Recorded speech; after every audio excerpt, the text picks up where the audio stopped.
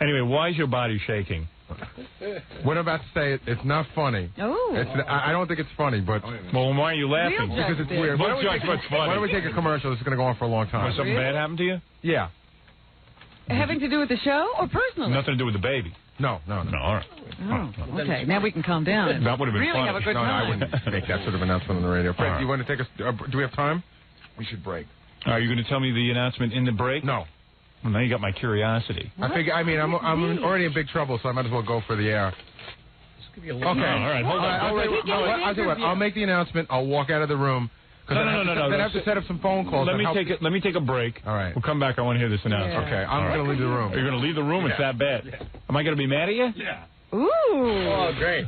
And he's got to turn himself in. I love it. Maybe we should wait till 7. You know what? It can't be that bad. Because if it was really bad, he would never If it was say real that. bad, he wouldn't tell us on the air. You think that? Well, we'll he see. wouldn't tell you you'd be mad at When we come back... You know what? Maybe he's too afraid to tell you in person because you're going to be really mad. When we get back, we'll hear Baba Booey's announcement. Right after... Robin got it. Really? You're too afraid to tell me in real life? That's right. I think we should guess before he comes I almost called you this weekend, and I decided to save it for today. The only way you can save I'm your... glad you didn't, because I was being a family man this weekend. Oh, were you? Yeah. The only way you can save your ass around this program is to, if you do something really, really bad, if you can at least turn it into good radio, you get points. You get a couple of points. Am I going to hate you for this? No, because it's not something that can't be fixed, but you're going to be pretty pissed. All right. Did you have him doing something? Nothing. Nope, Let's wait till we get back on the air. Nobody talked to Gary during the commercial. We'll be back right after these words for Gary's big announcement. Booey. Booey. Baba Booey, what is your problem? Tell me what is ailing you. Baba Booey... he must be nervous. He's already licked those teeth twice. Are you licking those teeth? Just throw a bucket of water on me. Fred, I think you better get the Gary puppet for this one and start licking its teeth. We got to get to move its tongue. Yes, we got to get Gary Puppet a tongue. Yeah. What is your problem? Okay, I'm really, really nervous, so you got to have a little pity on me. You know, like when a kid comes to his father and he did something wrong? Sure, it wasn't that bad. Kid, you're a grown man. Fred, don't go anywhere. Like when a kid... The Gary puppet has been abducted. Oh, and I know somebody stole the puppet on Saturday. But I have a plate number of the car that took it. Are you serious? I'm very serious. I'm not kidding. I'm not kidding. You take the puppet. Wait, excuse me. I want to say something. Okay. I'm not kidding. I think that you guys set me up, but I really believe. Oh, I set you up. I think that you guys set me up. First of all, number one, I did not set you up. Number two, what did I tell you about taking the Gary puppet on an appearance? Keep an eye on it. So how did he comes to me and he says, "Hey Howard, hey Wolf, did I tell you I love the Gary puppet more than I love any person on this planet? Yes, you did. Did I love the Gary puppet more than my wife and family? You probably, yes, you did say that. You did say definitely more than you. Definitely more than Definitely more than... The Gary puppet is a superstar on E! Yes. And people on the radio like the Gary puppet. Go figure that one out. That's like Charlie McCarthy being a star on radio. I never understood how that worked, but it's working here. How did you lose it? How could you do that? How do you lose the Gary puppet? Let me find out what the situation was. It was Saturday? Yes. And how would I set you up? I don't know. We don't even know where you were. Where were you? You guys know where I was. I have no idea. It's not like you know. Where were you? I was at an appearance in Little Falls, New Jersey. And where is the Gary puppet now? Gone. Someone stole it. Yes. You're not kidding. But how did it get out of your sight? Why weren't you touching the Gary puppet at all times? Because the owners of the store wanted me to look at something, and they said they would watch it while I was gone for about 2 seconds. What? He's kidding. I'm not kidding. The Gary puppet is gone. Yes, it's gone. Then you better get on Fred's lap. Get me a cane. I didn't tell anybody or was in cahoots with anyone. Why would the owners... But of course somebody would want to steal it. No. But why would the owners of the store need to lure Gary away? Yeah. What did they need to show you? What did they show you? He needed to show me the sound system in his car. Why? It was an audio store. And you just left the Gary puppet like sitting in a bag? No, it was sitting behind the counter. It was behind... All right, let me get this straight. I have an eyewitness on the phone. An eyewitness who also managed to get me the plate number of the car that Excellent. took it. Hello? Hi. Hey. This is Walt. Did you call the cops? Not yet. Well, it's a kidnapping. Gary puppet could be in another state by now. That's what I'm saying. The Gary puppet could be gone. Hello? Hi. That Gary puppet, first of all, is expensive. Yeah. And I don't want to I don't want a different Gary puppet. I like that one. Well, the owner of the store is already willing to pay for one to be made. Oh, he is? Yes. Yeah, but how long is it going to take? Probably take a couple of weeks. And what are we supposed to do? Gary, from now on, man, do me a favor. If someone hires you for an appearance, go yourself. Don't take the Gary puppet. Don't take anything of mine. That's my property I lent you. I entrusted you with my property. I had a feeling. Why did you tell him he could do it? I told him because I thought he was responsible, but that's the second mistake I made. Yes? You were a witness? Yeah. Did you see the person who stole it? Basically, but I got to tell you. You know that someone stole it? I got to tell you. What? Watching the people around that place was like being at a party where the jokes on the one person and everybody else was laughing their ass off behind your back. So you're saying that there was more than one person in on it? Everyone saw it, nobody on it, but they were all told during it. What are you talking about? Well, I just happened to be done taking pictures of Gary and the So did you snap a picture of the guy? Actually, I left the camera with somebody out front, but I walked around the... Oh, please. Please. Why are you hanging up on him? Hey, I don't even know what he's talking about. He doesn't have a picture of it. So, he saw the guys do it, he saw the car, he saw the faces, so you have his number, I assume? Yeah. Yeah. Got the license plate number. So where is the plate number then? I got it in my pocket. So then call the cops. Report it? When are you going to report this thing? Why'd you just hang up on that guy so Because quick? he's full of crap. I asked him if he had the picture of him. He goes, my camera got stolen. You believe him? No, he didn't say his camera got stolen. His camera was outside. He said he left it up front. Why are you so quick to hang up on him? I just don't know. He had a lot more to say. Why are you accusing me of this? You stole my puppet. I'm not accusing you of anything. I love that friggin' puppet. The puppet's great on the... Do me a favor, Gary. Yeah. Goodbye. Goodbye. Yeah. Goodbye. Okay. Goodbye. I'll see you later. Yeah. It's a big joke. Not a big joke. It's a big joke to everyone but me. He's sitting there accusing me. Get the guy on the phone then. Why am I hanging up on the guy? And he gives me a big smirk. I don't know what anybody's talking about. A big toothy smirk. I can't figure out what happened. Because he thinks that I'm in on it. Oh. What's going on, John? We wanted to talk to a guy who was at the appearance when... Yeah. Hello? Hello? Howard. Yeah. And it was horrible. Did you see the guy who took it? Well, I had just got there right when it happened. I walked in, and there was a big crowd for Gary, about 7 people. And I went in the back, and I saw Gary in the back, and I've never seen a whiter face in my life. It looked like a mime almost. Like a mime with a mouthful of green chiclets. But anyway, let me tell you, the sweat was dripping off him. He looked like I've never seen anybody look that sick. Hey, if somebody has the Gary puppet, would you call in and give it back? I would appreciate it. No questions asked. You could just see the dread. He didn't want Monday to come at all. If anybody is listening to this program and has possession of the Gary puppet... Yeah, it's all right to yank Gary around, but that's our puppet. Yeah, we want our puppet back. If you could just call in and give us the puppet back, we'd appreciate it. We don't ask you for much. Because Toothy over there is giving me weird looks. Why'd you hang up on that guy? Why'd you hang up on that guy? Because I'm not going to sit and listen to some guy who tells me his camera is up front. He didn't see anything. He wants to be on the air. He wants to be on the air. But Toothy is too stupid to see that. Did you see the guy who took it? I told you, I got there right when it happened, so I didn't see anybody who was there. But Gary's reaction was just amazing. He was on the side of the building holding his hands, and he just was walking all around. You just felt bad for him for a second until I got in my car and started cracking up. I know, it does seem kind of dumb. It's all over a puppet, but the puppet's really expensive, and the puppet's really very famous. It sounds like he was watching O.J. in the van. Yeah, I know. He was looking up in the air. I guess he was looking for a beam so he could throw a rope. I don't mind. You know what? I'm not mad at Gary for the puppet being taken.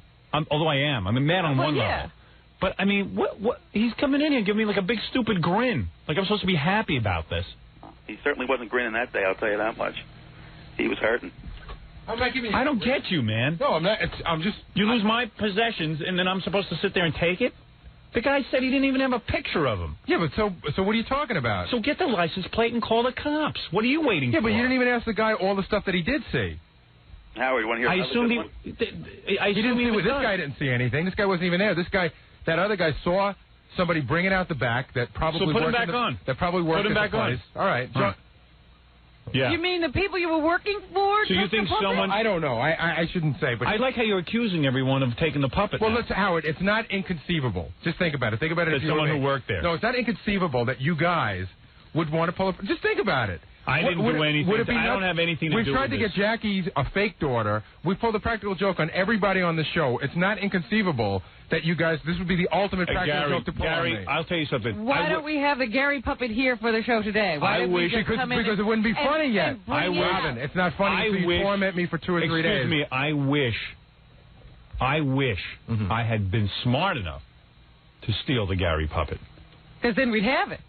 I was promoting this appearance for 2 weeks. I could almost hear the words coming out of Jackie's lips. I got a great idea. Let's steal the puppet. I'm just saying, it's not inconceivable. No, not the case. Did you have anything to do with this?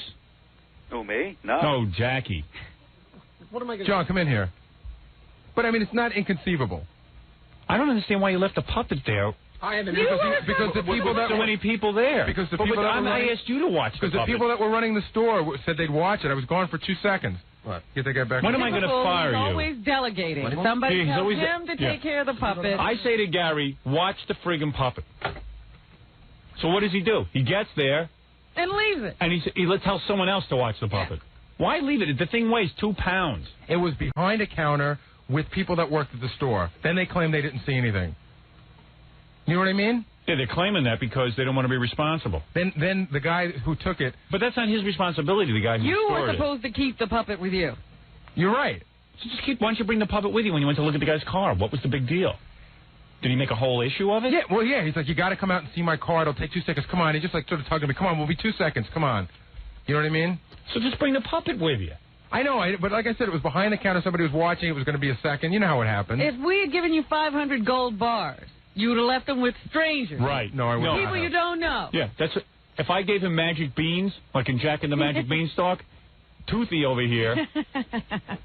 Listen, man, the thing if the puppet's replaceable, even though now we got to wait 3 or 4 weeks for a puppet to be made. Is that how long it takes? Probably, yeah.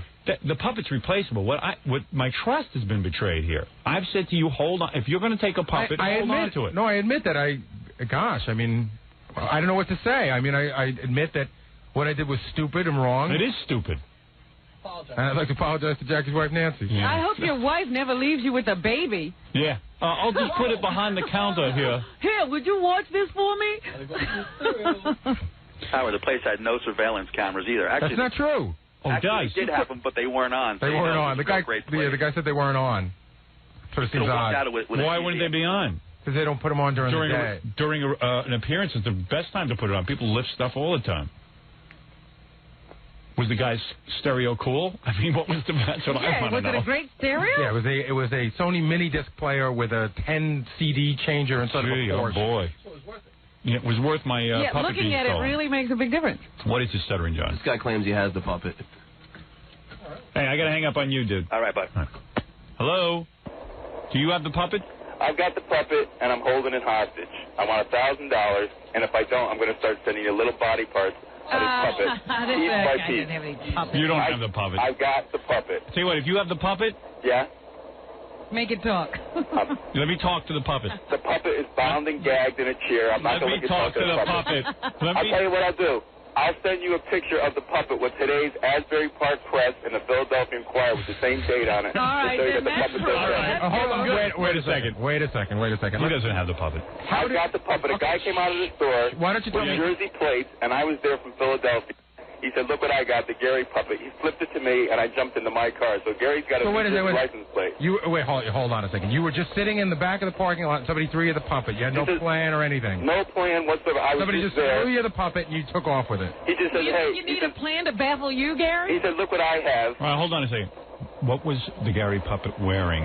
Do you know what the Gary puppet was wearing? All right, what was the Gary puppet wearing? What is it wearing? What is the Gary puppet wearing? It changes outfits a lot. Yeah. Changes outfits a lot. What is the Gary puppet wearing right now? A pair of pants and a shirt on.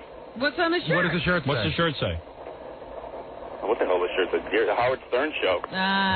You don't have the puppet. I'm telling you. Then what? Are you going to take the chance of me having the puppet? Because I'm going to start sanding off an appendage of this puppet. Hey, that's not necessary. Send us a picture. Don't harm him. I tell you, he's bound and gagged right now. Why don't you just look at the T-shirt and tell us what it is, and then I'll offer you a reward. That's it. I've got the puppet. Exactly. I want $1,000, and I'll meet you down at Rockefeller Center Plaza for the $1,000. Why don't you fax a picture right now, the Gary puppet? What's your fax number? What's the fax number? 759-KFAX. KFAX. How am I going to take a picture of the puppet right now? Well, how are you going to take the picture you were going to send us with the Asbury Park Press? Yeah. That's because I have to have the picture. He doesn't have. You don't have it. Have another guy on the phone who kind of sounds like he has it because he knows where Gary was. Hello. Do you have the Gary puppet? I sure don't listen to that clown. I got the puppet, Howard. Now, how'd you get it? Yeah. How'd I get it? Yeah. You went outside. You left the puppet like a fool. You left it right there. And how'd you get it? I grabbed it and ran out the back door. Like a fool. Okay, now that's what he is a fool. What does the back door look like? The back door. It even had like a security thing across the back to set an alarm off. I went right out the back. It didn't even go off. Uh-huh. I ran out. Is that right? That's true. What's the T-shirt? What does the T-shirt say? Ta-ta Tusi. It says hi, boss. Is that what it was right? there? Yeah. Oh, you got it? You really have the Baba Booey puppet? Absolutely. Listen. Now, why did you take Hold it a second. What? I love that puppet more than anything. What's it worth to you, Howard? Want? What do you want? Video half price? No. Why did you take the Gary puppet? You know it has family and people who... Hey, don't you love it on the show? I mean, you can't do anything with it. Let me speak to the Gary puppet. I mean, people love that puppet. If he's there with you, let me speak to him. All right. Hey, Gary, why'd you leave me like that? That's him. Gary puppet, are you all right? Wait a second. I have to... Hold on. You know what? I'll be back in a second. Somebody left a ransom note. Hold on. I got to get that for you so I can show it to you. No, there's no ransom note. I didn't leave a ransom note. I did not leave a ransom note, Howard. What is he saying? A ransom note was left at the place? I don't know what Gary's saying at all. He just ran out of the room and said there's a ransom note. Because why wouldn't he bring that to us at the beginning? He went to throw up. Wait a second. So that idiot leaves the puppet laying in the back there, and you just took it and nobody even said anything? Howard, the guy said to him, I was scoping the place. I heard the guy say to him, hey, why don't you go outside and give out some prizes to the people? He goes, oh, okay, no problem. And just gets up and walks away from the puppet. And you're not a professional thief or anything? No, not by, no, not at all. It was too easy. It was too easy. He wasn't even planning on stealing it. It was just... No, it was there because he says Gary was asked to go outside and hand out stuff. Yeah, exactly. You weren't asked to go out to the guy's car. He says... Well, yeah, I was asked to go and hand out stuff and go out to the guy's car. So this guy really has it. He knows everything. Yeah. Oh, yeah. If you really have it, send me a shoe. All right. Or send me his hand. Send me his pinky. Don't send him. I can tell you what his pinky is made out of and everything. I can tell you everything about him. Don't hurt him. Well, what's he worth to you? Ah, come on. You're not going to make us pay, are you? You just did that to Google Gary. And I do have your license plate number. No, that wasn't my car. How do you know? What? How do you know? How do I know it wasn't my car? He wasn't driving his car. Because I know who was driving. I wasn't driving my car. You give us the Gary puppet, and... We won't turn in your friend. Yeah. Nah, you could turn him in. That's all right. But he'll turn you in. And, you know, the Gary puppet is worth $600, so that is a felony. Oh, that's all right. I'm not worried about that. Well, Gary will pay you for the puppet. Oh, yeah? I will. Well, what do you want? I'll pay you the $600 it's worth. Oh, come on. It's worth more than the value. It's worth more than that. What it cost to make. What about a celebrity? People love that puppet. You can't have been showing my friends. They're loving the puppet. They're ready to buy it off me. Oh, man. See, this guy keeps showing it around. Yeah, everybody's touching it. No, I didn't try. You know what? I can't believe the position I'm in that I now... One of my Gary puppet is being held for ransom. Yeah. What did you make at the appearance? What did they pay you there? Well, I'm not going to say on the air, but I'll be willing to turn that. We can talk about it off the air. I will be willing to turn that. Did you make more than $2,000? No. Did you make $1,500? Somewhere around that area. Somewhere between $1,500 and $200,000? Is that good for you, sir? Would you take that for the Gary puppet? It's got to be worth about at least $2,000, about $2,000 at least. All right, Gary will give you $2,000. I actually have people who are willing to pay me since it's now that they actually know that's the actual Gary puppet because they were a little skeptical. Man. They're actually willing to pay me that much money. All I do want to say, Howard, is even though it'll take 2 or 3 weeks, you know, there were a couple of modifications you wanted to make on that puppet. For $2,000, I can have a better one made. And how do you feel? I don't know how I feel about the original Gary puppet being out there. I feel terrible about it being out there. That is my puppet. And he'll be doing shows. And not only that, who knows what he'll be doing to the puppet? Or what do you mean? We could be committing acts of sodomy or something on the puppet. Or having other people. Oh, I mean, the puppet could be used in satanic ritual. Yeah. I don't know. I think of that puppet. Fred works that. What could end up what? On the Judith Regan show. Yeah, right. Profile. Seriously, the way Fred works that puppet, I feel like he's a son. Say it. Just give it back. Imagine what people I might can't give it back. Can't give it. I went through a lot of trouble to get that puppet. Where do you live now? I mean, what state are you in? I'm in New Jersey. Come on, drive it in here. Be a hero. Yeah, I'm only 15 minutes from you. You can have the Gary puppet here. I can have it there in 15 minutes for the right price. All right, we'll come up with the money. You come in with the puppet. I knew I should have put LoJack in the puppet. Gary, you make jokes. Gary, you made it so easy. What was? I couldn't understand it. I was sitting there thinking, how could I? I was actually thinking, maybe I should take this puppet. You know what it is? Because when you're stupid, you trust everyone. Yeah. It's like Forrest Gump. Maybe Tom will offer him something from the station. Well, Tom doesn't have to. This is my responsibility. This is Gary's responsibility. Tom, I don't think Tom has to offer. Tom doesn't have to offer anything. Tom's very cheap. I know. Just tell us the bottom line. No love for the puppet. I can hear Tom running down the hall now. Tell us what you want. Oh, here he is. Tom, you believe this? Tom's not very cheap, but he's not going to negotiate with a ransomer.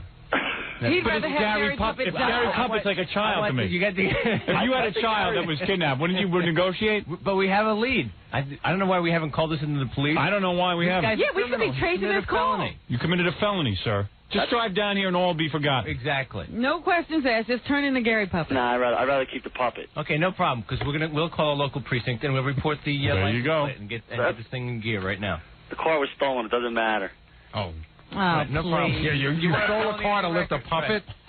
No, you weren't even lifting a puppet. What are you, Dillinger? All I know is, ladies and gentlemen, you are now witnessing why my producer is the stupidest producer in the country.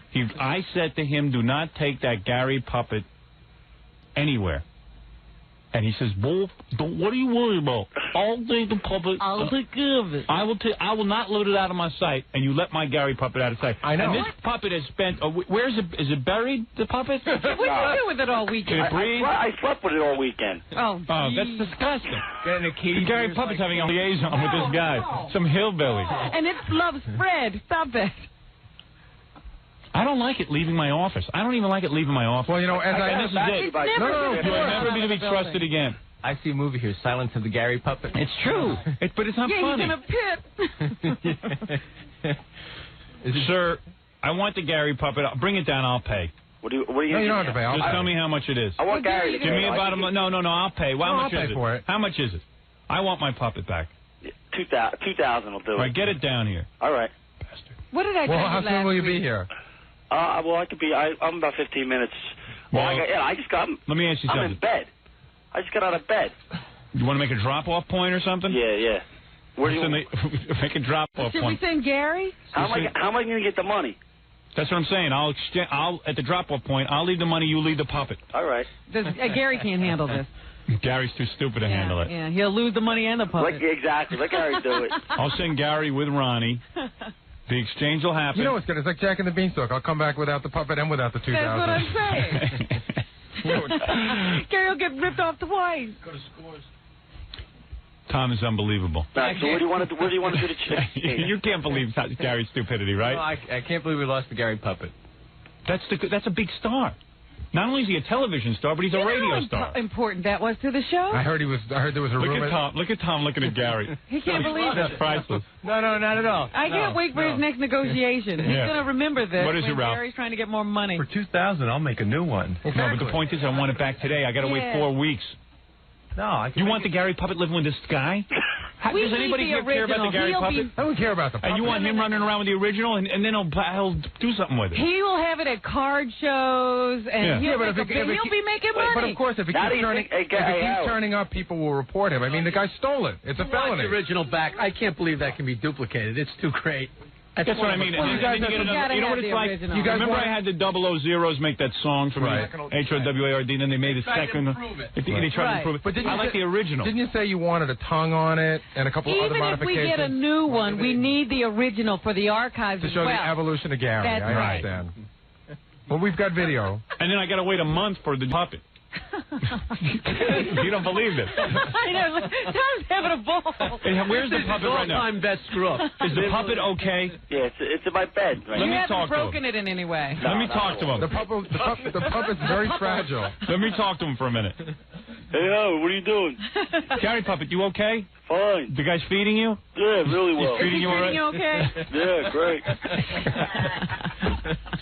I am licking my lips like a madman. Didn't I tell you last week how Gary delegates everything? Yeah. Well, this is another example. I don't know what to do about this. What should I do? You're a management guy. I think maybe we should go after this guy. Yeah, but what about him? What about us getting the puppet back? I think the key is to get the puppet back first and then to deal with me later. Seriously, why get me now? We got to get the puppet back. No, but it seems trivial. But if you entrusted Gary with something very important, and then he didn't come through, what do you do to punish him? It would depend on what it was. You fired people for less, right? Now, Howard, wait a second. We should remember that I'm the... Now, I know it's your property. I finally have a reason to fire him. Wait a minute, what is Tom saying? You don't fire somebody for losing a station property? I would say it would depend on what they did.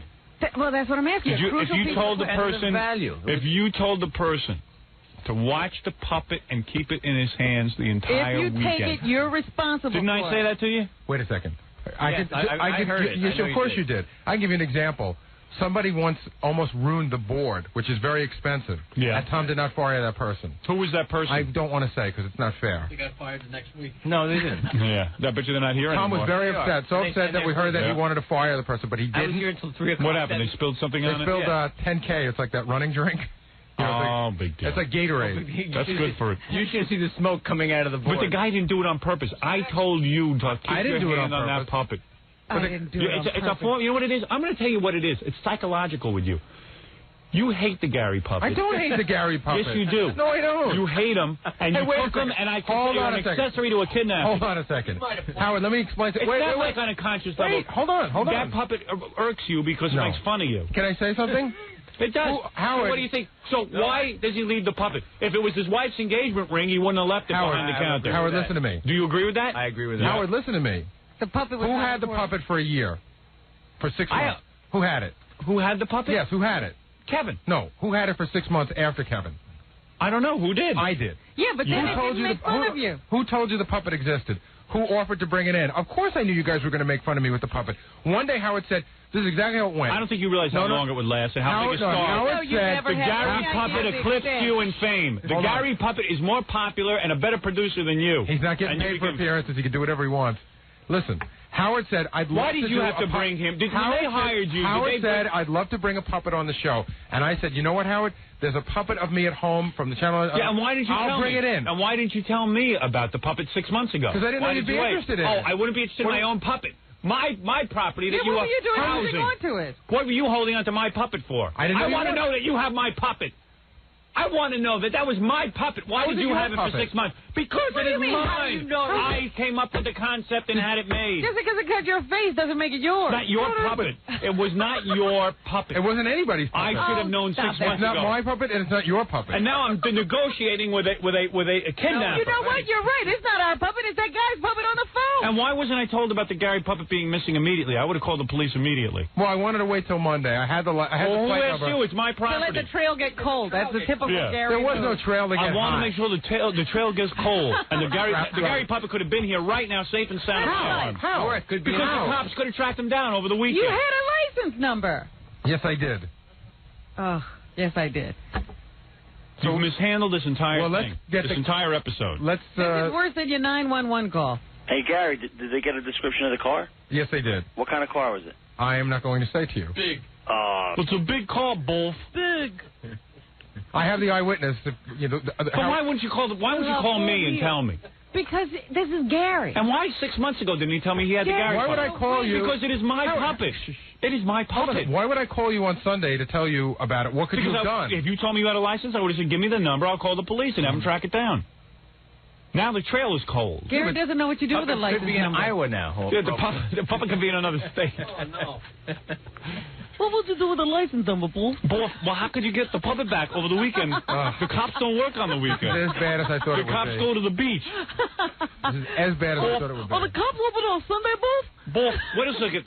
I should call the cops now? Well, why don't we get this back? It's a weekend. Why don't we finish this negotiation and let's get it back? Look at the position you put me in. Number one, you betrayed my trust. Howard, why don't we get the puppet back now? And then we'll yell about it later. You hate the Gary puppet. I don't hate the Gary puppet. I love the Gary puppet. You lost it and you didn't even call anybody. I see made-for-TV movies. I say you intentionally took the Gary puppet to your appearance hoping someone would steal it. Why else would you leave it? Not true. And you know that I'm too nice a guy to fire you. In fact, I was thinking to myself in the middle of the appearance that this is the last time I'm ever going to bring the puppet out because it's too fragile to make appearances. Oh, boy. You know, I wouldn't mind if Gary had a special puppet made for appearances and out of his own money. But don't take my puppet that has become a bigger star than you, and certainly a bigger star than Fred himself, and finally gave Fred something to do on the show. Maybe as big a star. Now Fred has nothing to do. I wouldn't say bigger. Maybe as big. Now Fred has to sit around worthless. Fred is useless again. Fred, are you all right over there? I know you work in Gary Puppet. You're pretty close to it. His hand is lovely. Pretend he's here. I can't even make jokes about it. Are you serious? He's hurt. I was surprised. He's been quiet. I didn't even want the E-guys taking that thing because they were doing some stuff with it. And right. I told them to be careful. Hey, he's got a slight crack on him. Oh, man. What did you do? You didn't crack him, did you? It was already there. A little crack by the neck. There was no crack. No, there's a little hairline. I didn't do it. It was already there. Were you beating the puppet? Let's just get the puppet back already. Howard, I was thinking, you got a large following. I could probably get a lot more for it than that, than 2,000. Okay. I could probably get about 5,000 for it. Now that I think I'm not giving you 5,000. I think I'm gonna have to keep it then. I think I could get at least 5,000. I had people offer me at least 2,000. That's why I said that. Well, I think we'll just call the cops now. All right. Yeah. Now that it's 3 days later. When did you now you're gonna have to run with the Gary car's going somewhere? I don't know. He'll run away now. So let him run away. We call the cops. Yeah, the cops. We'll put out an APB. And that's going to be great when you call the cops. Cops don't have anything better to do than go chase a puppet. What are you going to say? I lost my puppet. Well, luckily we have police. Wait a second. We've been very nice to the police over the years, and they're fans of the show, and they understand the gravity of the situation. Gary, you don't understand gravity. I don't need to. How are you going to explain it to the cops? I know the apple hit me in the head when I sat under the tree. When I pick up my foot, it touches the ground again. Tom, here's what I'm saying. Okay. I'm asking you as my manager, my general manager. When an employee takes something and maliciously loses it because I have given him malicious is in dispute. He held on to the puppet for 6 months, never told me about it. Well, see, I would say if there was intent, then that would, but I don't think there was intent here. Gary doesn't intend to do anything. No, I don't think Gary intended to lose the puppet. How could you not call the cops? How could you not call and tell me that my puppet's gone? You called Howard immediately. I wanted to wait. I was afraid to call Howard. Did you call anyone? Did I call anyone? No. No. You didn't call the puppet police? No, I didn't call the puppet police. Oh, Tom, you're funny. I'm sorry. Puppet police. If anything happens to that Gary puppet, I want it back, sir. Well, you willing to pay the 5,000? Come on, be reasonable. No. That's not reasonable. That's the original puppet. Come on, you're a fan of the show. That's like the original Charlie McCarthy doll. What's he going to do with it? He's going to sell it to somebody else? People love that puppet. You should see the reaction I get. They didn't believe me actually it was the real puppet. Now they're going to believe me, which gives it a lot more, makes it look legit now. How about $2,000 and 10 autographed private parts? Yeah. No, I already got the book. No, but they're autographed. They're worth like $500,000. And I'll throw in the new paperback. Yeah? With 64 new pages. Autographed. I don't know. I got to think about it. That's worth way more than a puppet. Maybe I'll have to call you back. I don't know. She's shaking me down. This is like Jackie in a negotiation. We're going to get the police in here. You want plugs?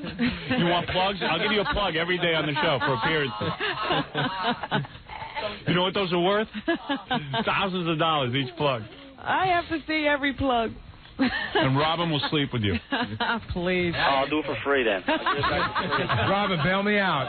Please, I didn't lose any. It'll be good for you. It'll be good for him. Gary, do me a favor. What's that? Take this guy off the air and try and arrange a drop-off point and negotiate a price. Pay what's reasonable.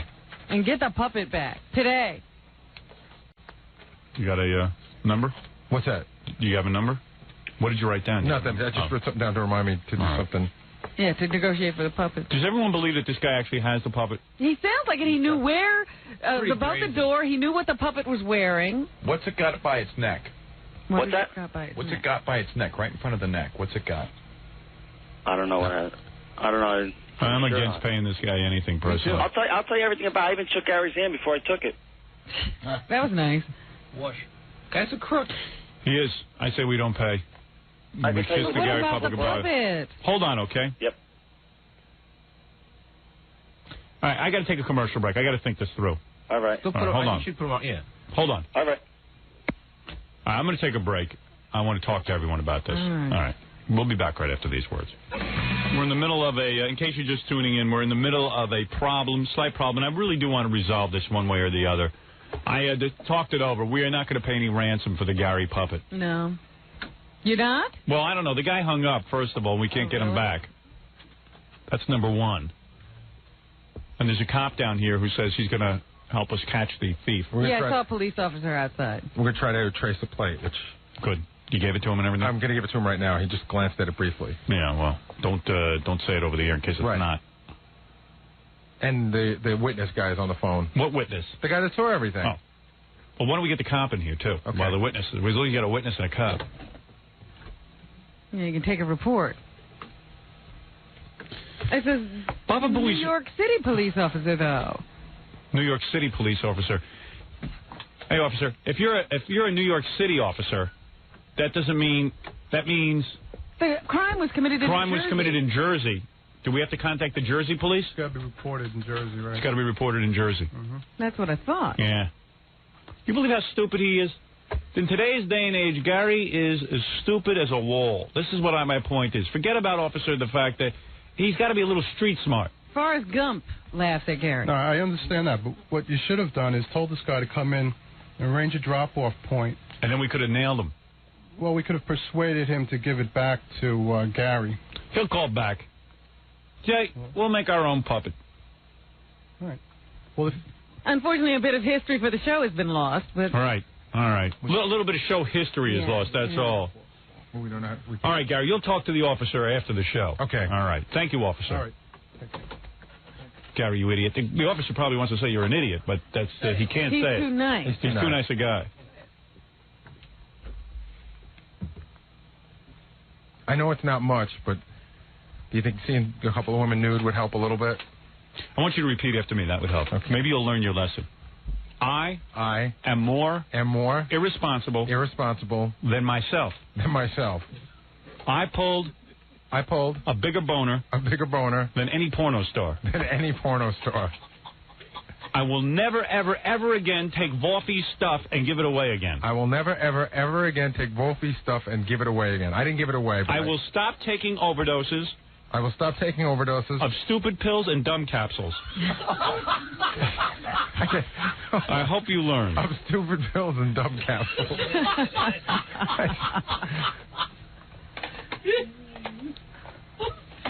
Unbelievable. I can't believe he did that. I mean, the very thing he was told not to do. He lost my puppet. Yeah. He was told to make sure that puppet came back in one piece. When I heard his sweet little voice over the phone, oh, it made me crazy. He talked pretty well with a gag in his mouth. He did. All right. Wouldn't be the first time you got fooled. Wouldn't be the last. No. You and Peter Jennings. Right. They were like this on both coasts. Oh, well. No Gary puppet. Gary had to take the Gary puppet on, it appears. I don't know. Can I take the puppet on an appearance with me? And you want to know something? My first reaction was no, and I said no. You know what it is? Everyone's going to think I'm a dick if I say no. Right. Everyone's going to be like, hey, Howard's a real dick. He's overprotective of the Gary puppet. I knew it. This is what I knew. When you asked me whether or not to bring the Gary puppet, I said to myself, something's telling me to say no, but I know, like, Jackie Ryder would have been like, Howard's not a good guy, boy. What do you like, yeah. And, you know, and I know Jackie would have been in there. He'd been lobbying. Well, thanks to you, Jackie. Now I don't have the Gary puppet. Yeah, because Jackie gets like a little... That's fair. That's fair. Jackie. Everything's fair. And I know, and Fred goes, hey, Howard. I'll tell you something. I am sick of it. I am no longer a nice guy on this show. If I feel the Gary puppet should be here, it's going to stay here. Don't bust a vocal cord. I wanted the Gary puppet here. All I said was keep it here. But I knew it. Gary would have been like, hey, you know, man, he's such a dick. Big deal? He doesn't have to go out and make appearances for money. I do. I have nothing to say. I'm not going to argue with you. He'd have been in there grousing all the interns. Not true. Oh, yes, you would have. Because everyone here is a little buddy up against me. I don't have a producer. I need a producer who is on my side. Who isn't going around behind my back talking about what a dick I am. I never do that. I don't know. I never do that. What would you do if you were me? Hello? Yeah, this gag was old 20 minutes ago. What gag? Let him off. Yeah. Get out of here. I wish it was a gag. What'd your wife tell you to do? Did you tell her? Yeah, she told me to just come in and be honest and take my lumps. She's used to you. All right. I've got it out of my system. You're forgiven. Forget about it. Okay, you don't want to talk. You don't want to talk to the other guy. I'll talk to him. Yeah. There's a private investigator here now. Yeah, good. Private investigator's here? Yeah. We're going to hire him. They said he was across the street. Hey, you know what? I don't even care. You know what the best way to handle this is not to care. Yeah, because that's how the guy gets you. I'm going to make a new puppet. You care. I got to remember the puppet's not real. It's not a person. It's not a real person. It's not a person. Human life is worth more than a puppet. You know what, though? I bet you'll get this new puppet made. You'll never use it. course they'll use it. You're right. There'll be The fun something is out of different about it, and he won't use it. There'll be a sore spot there. Keep the private investigator around. I'm going to hire him to find Gary's brain. All right? Just in case. In case I need him just to do that. My poor puppet. My beautiful, beautiful Gary puppet. Who I loved more than Gary. If I was on a boat with the Gary puppet and Gary, I would push Gary overboard. Well, you know what it was? The puppet had sweeter breath. Yeah. Puppet never gave me any love. I'm not. My life isn't even worth $600 to you. No, not compared to that puppet. That puppet was huge. You know that puppet was going to host Talk Soup? I heard. I had a gig arranged for him. You talk about your stupid appearance. Yeah, and what do you do now? Well, you get the replacement, but it's not going to be the real. No, but the puppet, with the Gary, the puppet is the Talk Soup gig is before 4 weeks. Well, so the Talk Soup's going to be on forever. No, but Greg Kinnear is only on vacation for a week. We'll go on vacation again. Oh, great. See, I'll wait this 2 is years. Gary's way of thinking about life. Well, there's another time. There'll be another opportunity. Well, Robin, what is there to do? What is there to do? Yes, what would you like me to do? Think before you lose. That's what she'd like you to do. All right, I'll talk to this guy on the phone in a minute. Let me take a short break, and then we're gonna be done with this. And this way, no. Just never bring it up again. Right, and then I'll bring the naked girls in for you. Now, if you say you don't want to see naked girls, I'll know you're really upset. You know you want. I want to see the naked girl. I'm not that upset. I wish I had a real producer so he could advise me what to do. Well, you wouldn't have a what problem do you need to if know? you had a real producer. What to do in this situation.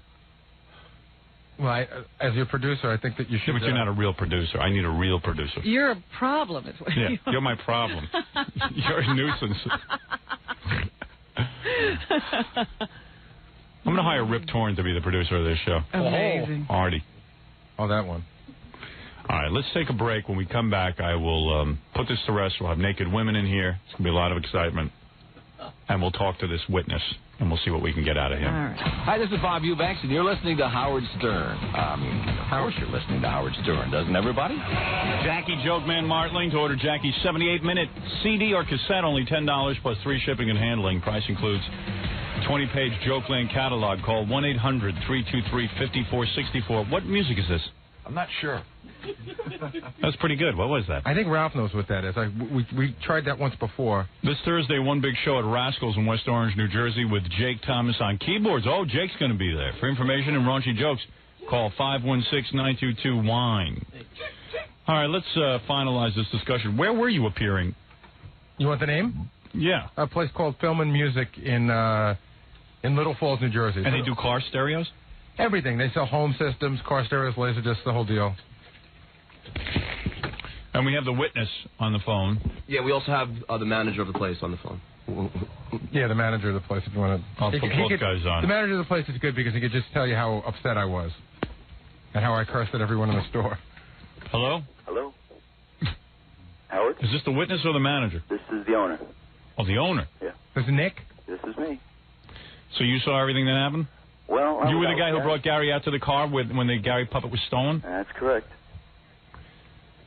Why did you need him to see your car so bad? Well, we brought him outside so he could demonstrate the mini disc, which is why he was there. And why did you suggest that he leave the puppet there, or he just did it on his own? No, the puppet was sitting behind the counter in the middle of the store. I had said there was a woman working in the store with 3 sisters, and I said, would you please keep an eye on the puppet? She said yes. Mm-hmm. Well, you really shouldn't have left it. You shouldn't have left it up to them. And what did they say? I asked them. We did have a lot of people in the store, and we were trying to sell audio and video equipment, and somebody took their eyes off the puppet, not realizing. Was Gary freaking out at least? Excuse me? Was Gary freaking out at least? You could say that. He was very visually upset. It did bring it down a little bit, but. But that was like a funeral after that. The store was full, and then everyone just stood around looking at me. The world's biggest idiot. Well, then you did a good appearance. At least there's something to talk about. Something for I'm telling you, it happened at about, the appearance was from 3 to 5. It happened at about 4:30, 4:35. Yeah. I went back into the store, and everybody was standing around looking at me, and then some guy goes, man, it's like a funeral in here. Because you were so upset about the puppet? Yeah. And but everyone... you still had to stay there and... Oh, yeah. I had to do the final drawing for Eagles tickets. Stay till 5 o'clock. Yeah, he was not too happy towards the end there. Were people asking for the Gary puppet? Yeah, well, one guy came in. Well, certainly if you get a hold of listeners to put out the call, if you want for the E-show, I know for a fact that there's some very good videotape of me flipping out. Oh, really? Yeah. Really? Oh, yeah. Because a guy, right after the whole thing happened, a guy came in who had a camera, and he goes, "Hey, where's the puppet?" You lost it. I want to see that tape. If that guy's out there, I want to see that tape. Howard. I need to see that. I want to know at least you suffered. I did. Yeah. During the appearance, I heard people in the audience going, "Man, we should steal the puppet. We should steal the puppet," which should have alerted me to the fact that there is some value to this puppet. And we should not let it out of the building. Yeah. The puppet's really popular. Yeah. It was pretty popular. It's like Charlie McCarthy getting lifted. And, or Howdy Doody. Or Howdy Doody. Did you call the police? I offered to call the police. I asked Gary, let's call the police. If there's a value to this, let's call the police. Why didn't you call the police? I was so upset, and I started yelling, and I said, this is ridiculous. The cops don't care about a puppet. They have more important things to do. Yeah, but it's a theft. Right, and you could still report it. It wasn't going to be any different. I mean, the cops... Just like shoplifting. Right. Yeah. Why wouldn't you report it? I don't get you. You can report it at any time. There was nothing they could have done. You probably found the person right away. How? Because you could have had it here, and I wouldn't have even known about it. Yeah. I don't understand you. Because maybe now he has the puppet. It's all broken up or something. I did not think that calling the police was going to do anything. It sounded stupid at the time. Why don't you just stop it? I did not think. Right. What is it, John? I got to be honest. Gary thinks that you're acting and stuff. Really? Yeah, he still thinks that. Think what you want. I don't have the puppet. Think what you want, my friend. Okay. He made a point of telling me, too, if this is part of a big gag, he was not going to be very amused with me. I did say that. Well, are you willing to swear that you are not part of any gag? Well, you know what, Howard, here's the weird part. Now, here's a guy that's got this big audio store, right? Right. In his stockroom are, video VCRs and laser players stocked to the ceiling. Yeah. The back door of his place is open, and anybody could walk in and out. A guy with all that electronic equipment doesn't think to keep that door locked. Oh, so you're blaming him for the Gary? No, I'm just saying. I don't know how he runs his store. He did mention that at the store, Howard. He was asking me to visually give him an inspection of the place and how this could possibly have been done. So he's accusing you of doing it? No, I'm not accusing him at all. He wasn't accusing me, but he was probably trying to make me feel a little No, I was just trying to figure out if this were a practical joke. In other words, how does a guy leave his back door open with all electronic equipment and a store full of people, a busy day? How does that happen? None of that was stolen. Exactly. Except for the Gary puppet. Stolen. Yeah, I'm surprised because, there are things of more value than $600, and I was pretty shocked myself that somebody would really want to take that puppet. All right, well, thanks for calling. All right. Was Gary crying? He was, very upset. I was not crying, I was yelling. I said the F word a lot. He was down. He was really down. Well, at least he was upset, because he doesn't seem upset to me now. Thank you. Well, you can see the tape of it. Thank you. Okay. Why didn't you get that tape? He didn't even think to do that. Yeah, why don't you get the videotape? Because I was distraught. Shut up. Please. Why didn't you get the videotape? You have the tape, sir? He doesn't have the tape. You have the tape? Well, there was people from Sony there that videotaped also. So. Can I have that tape by this afternoon? We could probably get it to you, yes. Thank you. What's the name of your store? Film and Music. I'm on Route 46, and other than this event, there is good security in the store. So. All right, thanks. Okay. Bye-bye. Bye-bye. Well, I'm going to put this to rest now. The Gary puppet is officially gone. So you don't want to talk to the witness anymore? Hold a second. Someone's here. Knock, knock. Hey, look, it's the Gary puppet. Give us $2,000, Gary. Hold on. Yeah, I saw you writing that down. 718. I said it's a joke. 718. I know you set me up. No, you didn't know anything. The Gary puppet, is there something you want to say? Yeah, take the $1,500 and buy yourself a friggin' brain. There he is, Gary puppet. You think I'd be stupid enough to let that puppet out of my sight with you? Yeah. We knew you'd lose it. Can you just give me a rough estimate of the scope of how far this goes? We were plotting the stealing of the Gary puppet for 3 weeks. Right. Was it over 3 weeks? 3 weeks, I would say. About 3 weeks. About 3 weeks. I mean, we plotted it, but we thought it was going to be that weekend, the appearance. We didn't realize it was so far away. Yeah, okay, let me put a few This is what happened. Gary came in about 3 weeks ago and asked me if he could bring the Gary puppet. And I did say to him, Howard, he was calling me all weekend freaking out. Did you know? I stole it. He stole it. John stole it. You didn't even know John stole it. And he kept calling John, which is funny. And John and I were on the phone all weekend. Laughing our heads off. Yeah. You didn't tape any of John and I had the funniest phone call all weekend. You didn't tape You should have taped Gary stuff? freaking out. Yeah, well, I left two messages on his machine. One of them was, John, you got to One of call them me I still have. It's really important. Well, anyway, listen to this. So John calls me at night, and he goes, we got the Gary puppet. I go, you know what you got to do? You got to tell your friend just to drop off a shoe. I'm like, you know, like leave it in the garbage. Right, for ransom. Yeah, cut off a funny, finger. the shoe kept falling off. Yeah, so anyway, what happened was like 3 weeks ago, Gary came to me and said he wants to take the Gary puppet too. And I really did say to him, this was before we started plotting it, I just said, don't lose the stupid That's puppet. right. You can take it, but you have to take care of it. Because we love the thing. I said, I don't care if you take it as long as you're responsible for it. So, of course, everyone starts going after that You lecture. did a real good job of keeping an eye on me, too. John, is this your license plate? Was it your car? It was my assistant's car. Is that the plate?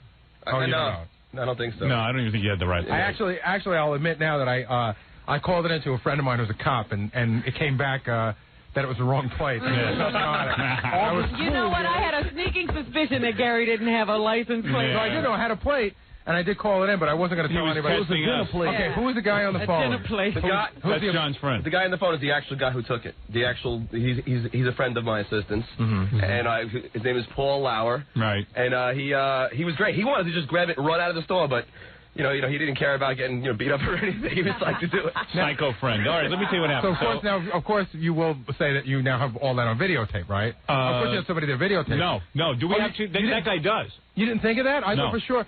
When these two guys came in after it got it wasn't really well thought out. In fact, most of us thought we wouldn't even be able to pull it off. It appeared to be well thought out. We thought you'd really want the puppet. Yeah, I was shocked that you pulled it off, because I figured Gary was smart enough to put two and two together, but I didn't realize. Oh, no, he's not.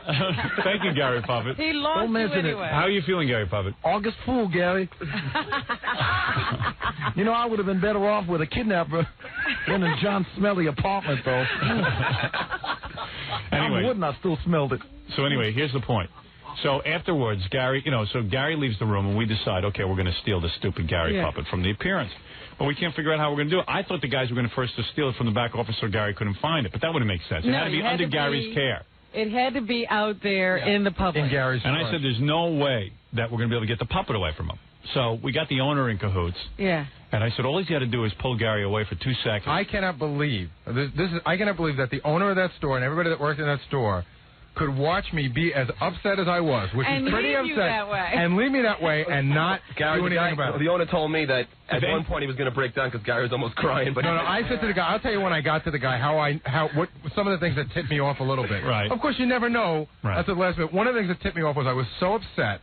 Now that's entertainment, watching Gary get upset. I turned around. Hey, if anyone, do they have a videotape of it? I don't know. Somebody shot some videotape. Please, if you have a videotape, I need it for tonight's TV show. I genuinely thought you sent those guys in when I was trying to piece this together. Yeah. I genuinely thought you sent those guys in to tape me being upset so you'd have it for the E-show. No, we weren't that smart about it. But at one point, I was in there with the two owners, and I just said to them, I said, well, thanks a lot. I go, now the whole world will know that I'm the biggest a-hole in the world. I go, everybody already thinks I'm a moron. Now you guys have helped me prove it. Right. And then they go, they don't even know me. And they go, no, Gary, everybody knows you're a smart guy. You know? Right. I said, wait, these guys are being too nice. So anyway, Gary got really upset and everything. But what we did is we contacted John's friends and stuff. I guess, they knew what to do. And the owner took Gary away for a second.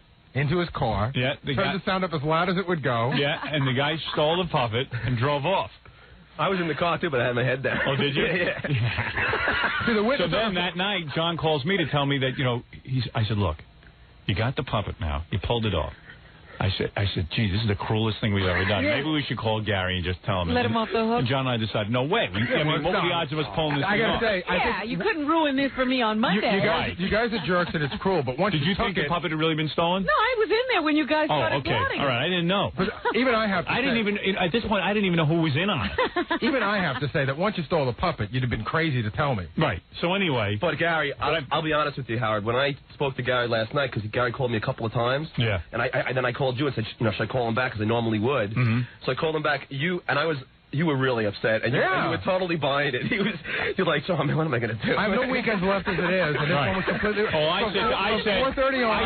said, John, this is really cool. I mean, it's the guy's weekend, and he's bumming the whole weekend. Yeah. He can't even call me. Right. I would. Did you ever? Were you waiting for a call from me? Yeah. Well, John and I discussed. John called and he says, "What do I do if Gary calls me?" I said, "Look, here's the thing.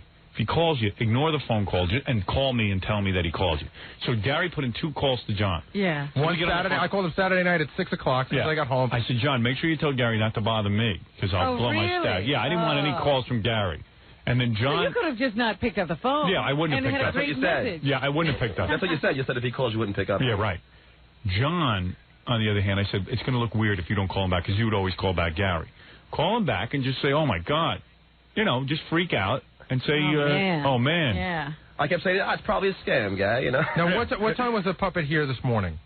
Was it here like first thing this morning? I had that. Well, God, that's why I came in late today. Because one of my things was I was going to search the office, looking for the puppet. You wouldn't have found the puppet. It was out in the car out on Madison Avenue. Yeah, the puppet was hanging out in the car. The puppet had a better weekend than you did. Did Kathy know about this?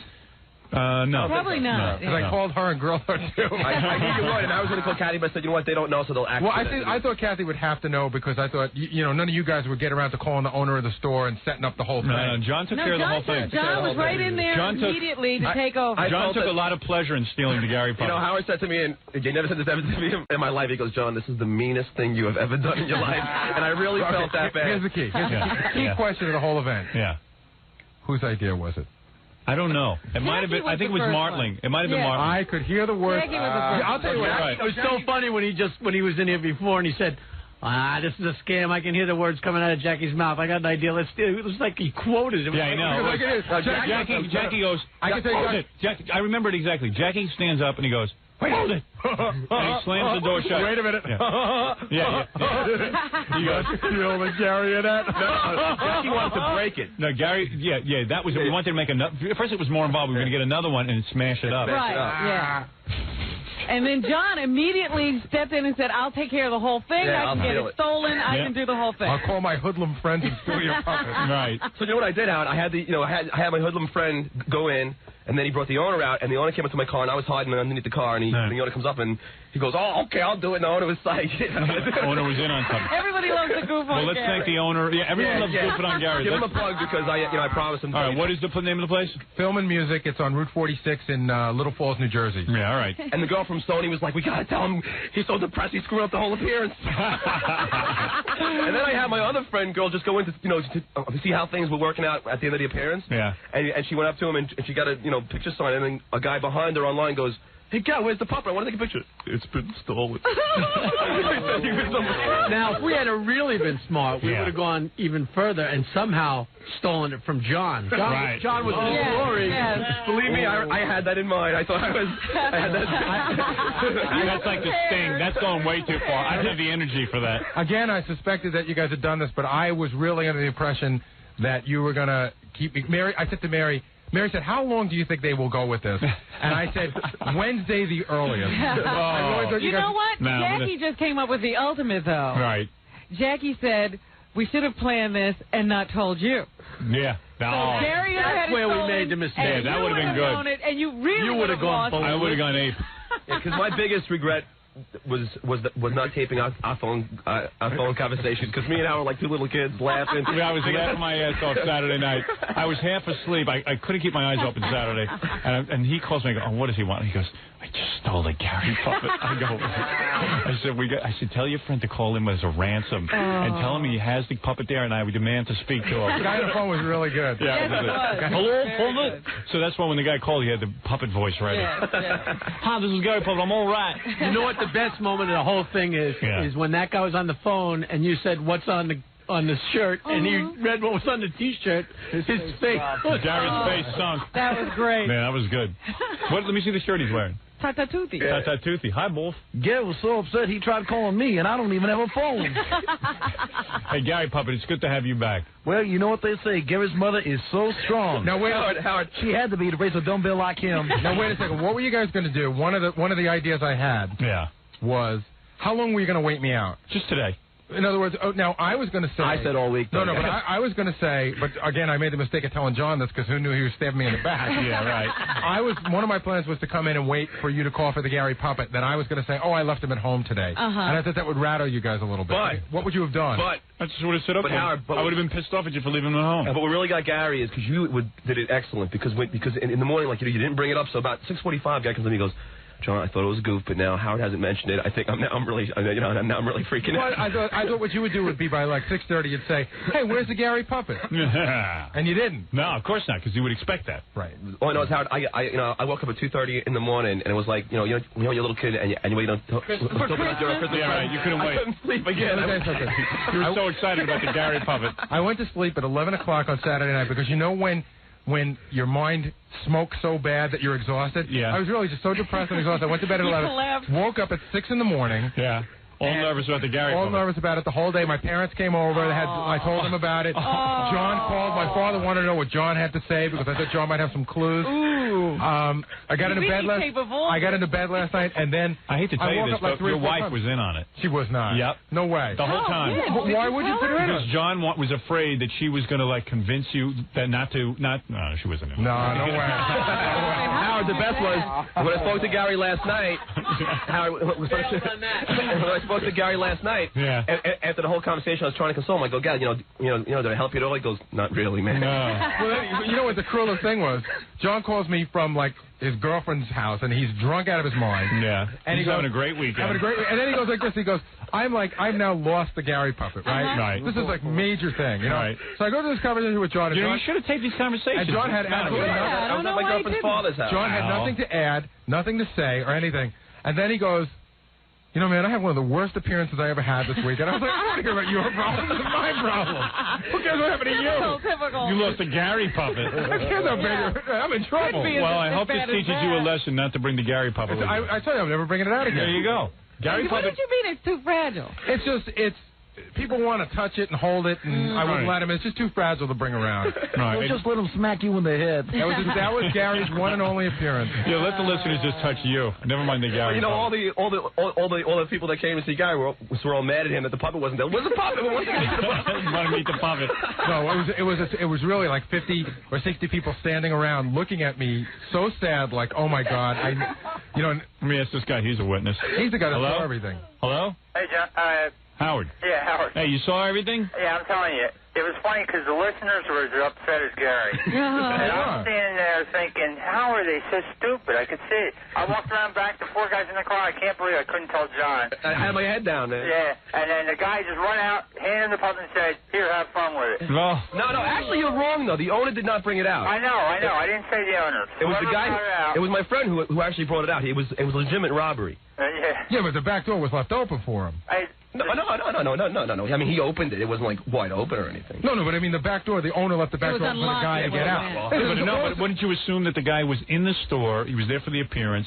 He gets just ran out the puppet and runs out the back. You can't get out the back door. It's got a bolt on it. And then of course then the other owner is running around and there's there's these surveillance cameras all over the place. But of course they're not turned on during the day. Yeah.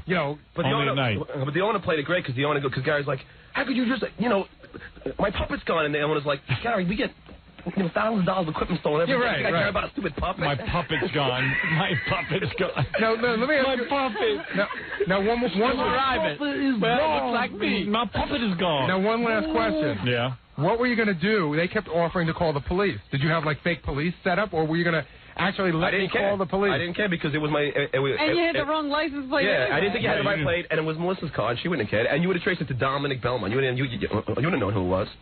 I would have called and threatened him. I would have said, I had a ton of ideas. Yeah. Had I got an address and a phone number. I mean, yeah, but I didn't tell if I would, when you trace a car, you don't get a phone number. You only get the address. Right. Believe me. You would have gone Sunday, my whole day would have been driving around New Jersey looking for this car. I got to find the puppet. But you know what? He wouldn't know anything about it. I don't know anything about it. I didn't tell him, so he wouldn't have known. Boy, this was great, wasn't it? Yeah, it was a good scam. The stealing of the Gary puppet. It's been going on for 3 weeks. Excellent, John.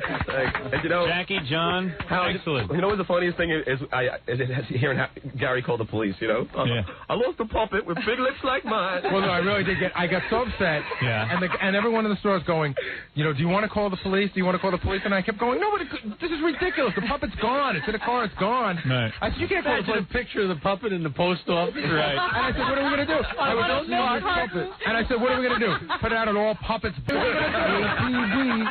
APB. All puppets bulletin. All right, anyway, there it is, the caper that has unfolded in front of you. The stealing of the Gary puppet. Hey. Gary Puppet's back. Gary puppet is back. You know what? I was 80% sure that you guys did it, but the other 20% ruined my life. Right. Very good, and we'll be back right after these words with girls who very badly need to get undressed for us. Back with the Howard Stern Show. Anyway, I'm tracking down some, there's about 4 different people who videotaped Baba Booey while he was freaking out at the store when the Gary puppet was stolen, and they're going to provide us with tape, which is good. I'll put that on the E-Show tonight. Also, who's there? Also, I don't know, I was like freaking out because I knew Gary would be bumming all weekend, and I know I hate to be bummed out on the weekend. But I couldn't break the news to him. Oh, see, I thought you had a cruel streak in you. You're soft. Well, I didn't call him, did I? So I enjoy it when people are bummed out. So I said to John, I said, gee, I hope he doesn't do anything drastic. John goes, like what? I said, like, maybe he'll be like hanging from a rope and telling Mary to kick the chair out from underneath him. I walked in the door on Saturday night, and I just said, I hate those guys so much. Right. And Mary goes, what happened? I said, I'm pretty sure that they're behind this. I can't believe they could do this to me. And I was really bummed out. Especially I spent the whole weekend packing. You couldn't even leave the house and go do something fun to take your mind off it. But this is what we do. I know. Yeah. No, I don't expect any less from you. All right. I really don't. We're professional a-holes. That's what we do for a living. Right.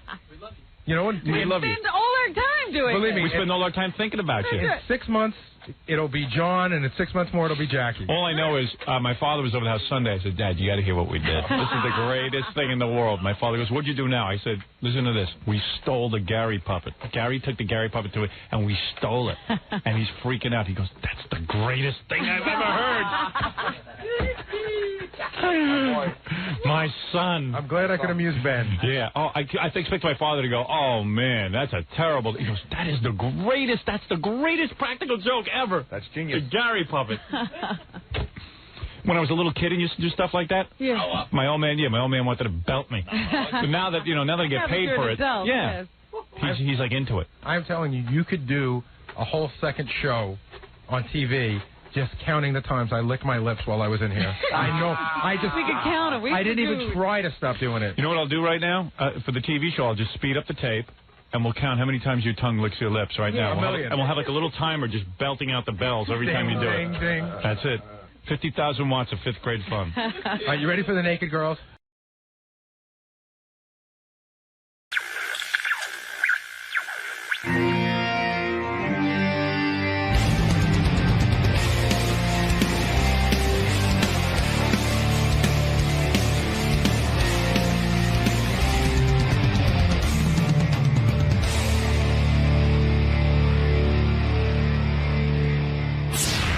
I'm Beth, Howard's wife. I'm here to talk about this wonderful project that we worked on together, the North Shore Animal Lakes 2012 calendar with adoptable pets.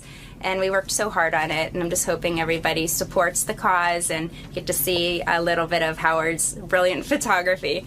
And I'm also talking about mom caves, trying to get people to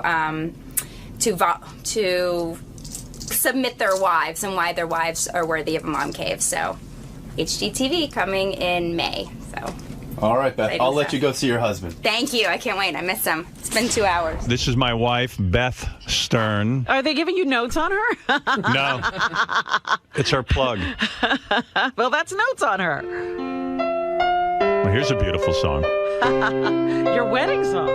This is my wedding song.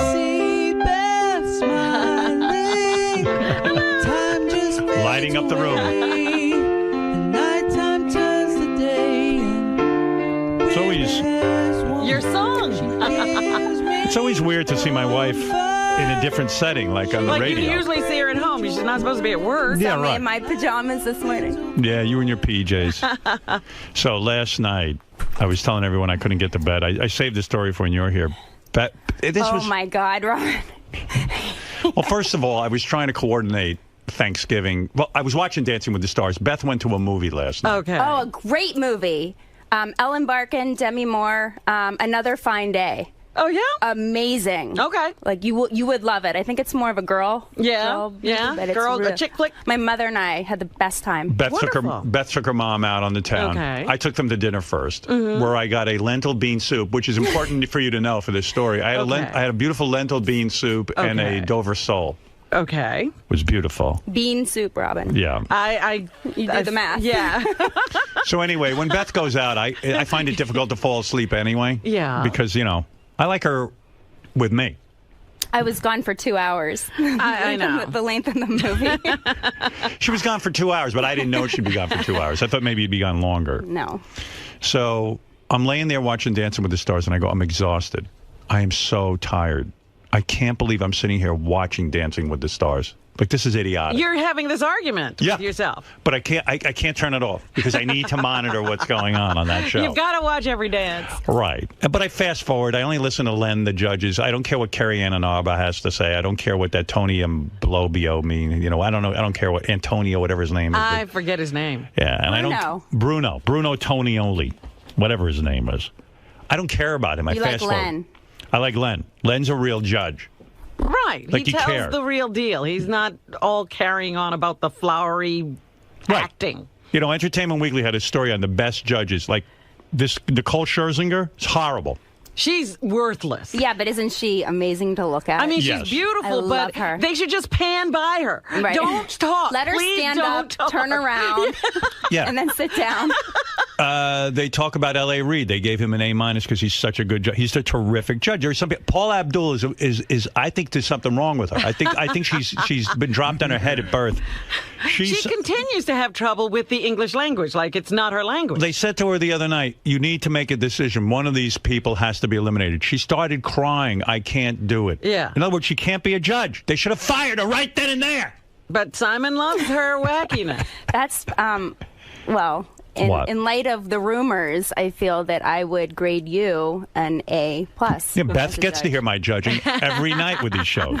Right, honey? It's almost annoying, though, because he takes it so seriously, but he is spot on. He's a harsh judge. The other day we were talking to Al Michaels. I said, the reason I think he should be doing it is because he's doing it anyway. Listen. I would share him with the world. He might as well be there because he's going to be doing it. Yeah, Beth is willing to share my... Instead of me laying in bed next to Beth watching, I could do... only one benefited. You know what? Now I'm going to lose you. You're going to lose me to the world. Yeah. But think of how the world will benefit so much. What we need is another good judge. Yeah, we need a good judge, a fair judge. I mean, listen, you've got to have an opinion, and you got to go with it, and you got to call it the way you see it. Regardless of the fans booing you. Right.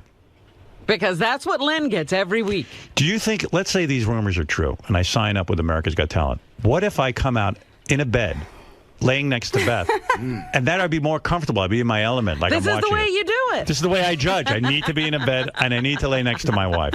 What do you think of that idea? I think it would be a fantastic innovation. That's right. So anyway, we go out to dinner and everything, and I'm laying there watching Dance with the Stars. At 9:30, I turn it off, and I say, I'm going to bed. This is ridiculous. I'm laying there in bed. I go, I can't sleep. I'm upset. I have a lot of shit on my mind. Beth's not here. And I'm angry. I said, I might as well watch Dancing with the Stars. So you might as well finish it. You're not sleeping. But this bean soup was acting up on me. Uh-oh. I was so fucking gassy. While I'm laying in bed and Beth's out with her mom, I'm like every second. And Beth, really, she can tell you, I don't fart in front of her, and I'm really good about that. Right? Pretty much so? No, you're great. Yeah, I'm really good about it. Because I want to keep romance alive. Beth never farts. She never shits. So I'm farting. I go, by the time she even gets home, she won't get home till like 11:30 anyway. You'll have cleared the air. And I'm laying there and I'm going, maybe I have to make duty. But I didn't. I didn't have to make duty. And now would be the perfect time to make duty while Beth's away with her mom. You have the place all to yourself. Right. We don't even talk about duties. We're on the air. Yeah. I'm sorry, love. No. Once I swear I haven't made a duty in weeks. This is not real. He's making up a story. Is that why it was so cold in the bedroom? Were you trying to air blast it out? It was 20 below zero. I don't even like air conditioning. My hair was blowing in bed. Did he have to clear the air? I had it down to 68 degrees. Frigid in there. It was like I was farting in a refrigerator. So I'm laying there and I'm watching, and my stomach's going like every minute, like, and I'm like, you know what? I shouldn't be under the covers. Let everything air out. Yeah, because you don't want to trap it. So like around 10:15 or so, my TV's still on because I was on TiVo, and I'm still with Dancing with the Stars. And Beth comes walking and she goes, "What are you doing awake?" 'cause she knows I'm supposed to be asleep for the show. She was like, what are you doing awake? By the way, honey, you look beautiful today. I feel horrible, thank you. Why? I don't know. I love that you think you're ugly. I feel love like that about you. sausage stuffed in jeans. Oh, my God. My favorite thing about you is that you're never satisfied with yourself. Oh, and always disgusted improving. today. Lovely. Isn't that great? That's so sad. That is so music to my ears. You feel disgusting? Yeah. Like you're ugly and Just fat? gross. Really? Yeah. I almost didn't God bless come in. you. So this is Bless you. gross? God bless you. Let's say I hate to see what really horrible would look This is why I know my wife is on top of her game. Like me, she feels horrible about herself. We're a match made in heaven. We are a match made in heaven. We both walk around all day going, oh. Feeling horrible. Yeah, we just feel horrible. I'm fat. No, I'm fat. What is so bad on you right now, actually? I just feel anga. Anga Bisson? Yeah. That's our word. Yeah. I'm learning Yiddish. So anyway, to make a long story short, she comes in. I go, uh-oh. Because I don't know that all. You don't know that you've gotten it all out of there. Well, at one point, I had settled in, She and got then into he bed. presses pause, and then he runs out of the bed. And I'm thinking he has to go to the bathroom. But then it wasn't enough time had passed by, and I knew he didn't go that far because I still heard him. And then he runs back into bed, and I didn't say anything. And then he turns off Dancing with the Stars, and then he gets up and he leaves again. And I go, what are you doing? And he said, I have gas. He didn't even try to hide it. And Beth said, I'm glad you're not lying to me. She goes, you lay here. I want you, because I'm getting up. Just fart under the covers. I won't lift them I up. said, it is so foul. This bean soup, what's going on? Well, you don't I know wouldn't part do it. two. What's part two? That you finally fell asleep, and Yeah. I had to use the bathroom. Yeah. I had to pee. Yeah. Not duty, pee. Well, of course not. And I lifted the covers, and I smelled what you were... It was vile. Was I farting in my sleep? I didn't hear it, and they must have been silent, deadly ones. Yeah. But the stench was... Really? Like, Oh, I'm so I will- ashamed. I I'm will- ashamed. You will forever associate that with me. I will never allow you to Oh, eat my bean God. soup in my presence. Robin, I'm going to kill myself after the show. Oh, dear. I was going to tell him this morning, and I thought I'm going to save it. Oh, you're kidding. Did you smell how foul? It was disgusting. So I must have been farting in my Something sleep. was dead under there. But did you never, in your waking time, you never let one out? Robin, I got up and down from the bed at least 12 times. But I didn't hear. Sometimes when you sneak up out of the bed You want and the he truth? goes into the closet and I hear him farting. You go into the closet? I go into a closet. These were very silent. Well, you want to know what I did? What? Now, you want to get real? No, you're using a muffler. What did you? So I go into my closet, Yes. and I go, I know she can hear me. It's not that far away. So then I bend over in the closet, and I spread open my cheeks as wide as they can, and I push, and it goes like this. That's why they were quiet. That's why they were quiet. I didn't want you to hear. It's like... Oh, my goodness. And no noise. I was so... Because sometimes even when I spread my cheeks, it makes a lot of noise. She hears me every time. Oh, my For some reason, my bathroom is always built near the bedroom.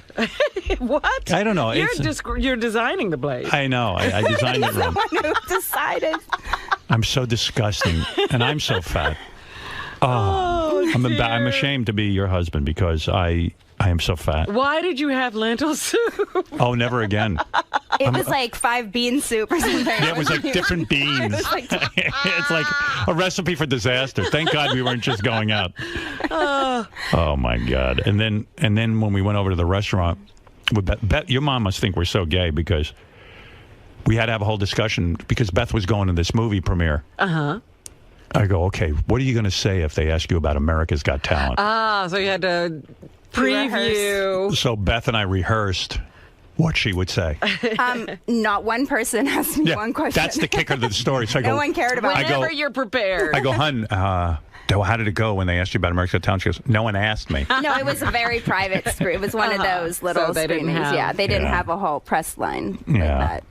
No, I didn't get to go. But meanwhile, I should have gone because You were up. I was awake anyway. So are you doing America's Got Talent? Well, look, I'm going to make a statement right now. I have nothing to report. I don't report on negotiations, and I'm not even saying I'm in a negotiation. I just think it's interesting everybody brings up my name during these kinds of things. That's all I'm saying. What would Well, do you know think what? I would if be? You've got an opportunity to replace a judge. We already mentioned that Piers Morgan announced he was leaving. Nobody cared. Right. There wasn't one. Actually, you cared. You loved. I think Piers was great. Yeah. He was the only one. I'm saying it didn't make the news. There weren't headlines. Right. It was just so what? If the rumors are true, I know you think I would be a good judge because you've heard me judge. I know you would be. I don't think. How do you feel this will affect our marriage? And how will it, if you give me the word that it will interfere too much with our love? And I'll tell you how much we love actually did have this conversation. Yeah, but we haven't had it on the air. No, I'm just saying you really are taking into consideration my feelings. I am. Yeah. Like if you say to me, this is something I shouldn't be doing, that's it. Have I ever said that? The only thing But I'm why- concerned about for providing you, that any of this is true. Right, providing any of this this is is all true. theoretical. provided by the schedule that they gave us, just in case it were to happen. No. There's been no schedule. There's been no discussion of I'm that. just concerned about the time commitment for you, because you're a monster at 4 a.m. when the alarm sounds, and then if you were to do your show, and then if this were to happen and you were to work again in the same day, and then you don't get enough sleep, I'm concerned for me and for you. That's where me too. That's when it affects us, because it's awful to be around you when you're tired and miserable. Right. So. Well, then that would be it. We should be discussing it too. Yeah. Everyone should be in on this. Fred says let's say it was true. Fred says don't do it because the show's beneath me. I really believe that. Robin says I should do it because I'm judging anyway. Robin actually just proved it a couple of seconds ago when she said when Piers Morgan said he was leaving, nobody gave a shit. Because it's Piers Morgan. But it's also, it's America's Got Talent. Yeah, but the only reason this show becomes important is because of you. Right. That should tell you something. I don't know. I think it's an important show. It's the number one show. It's the number one show on NBC.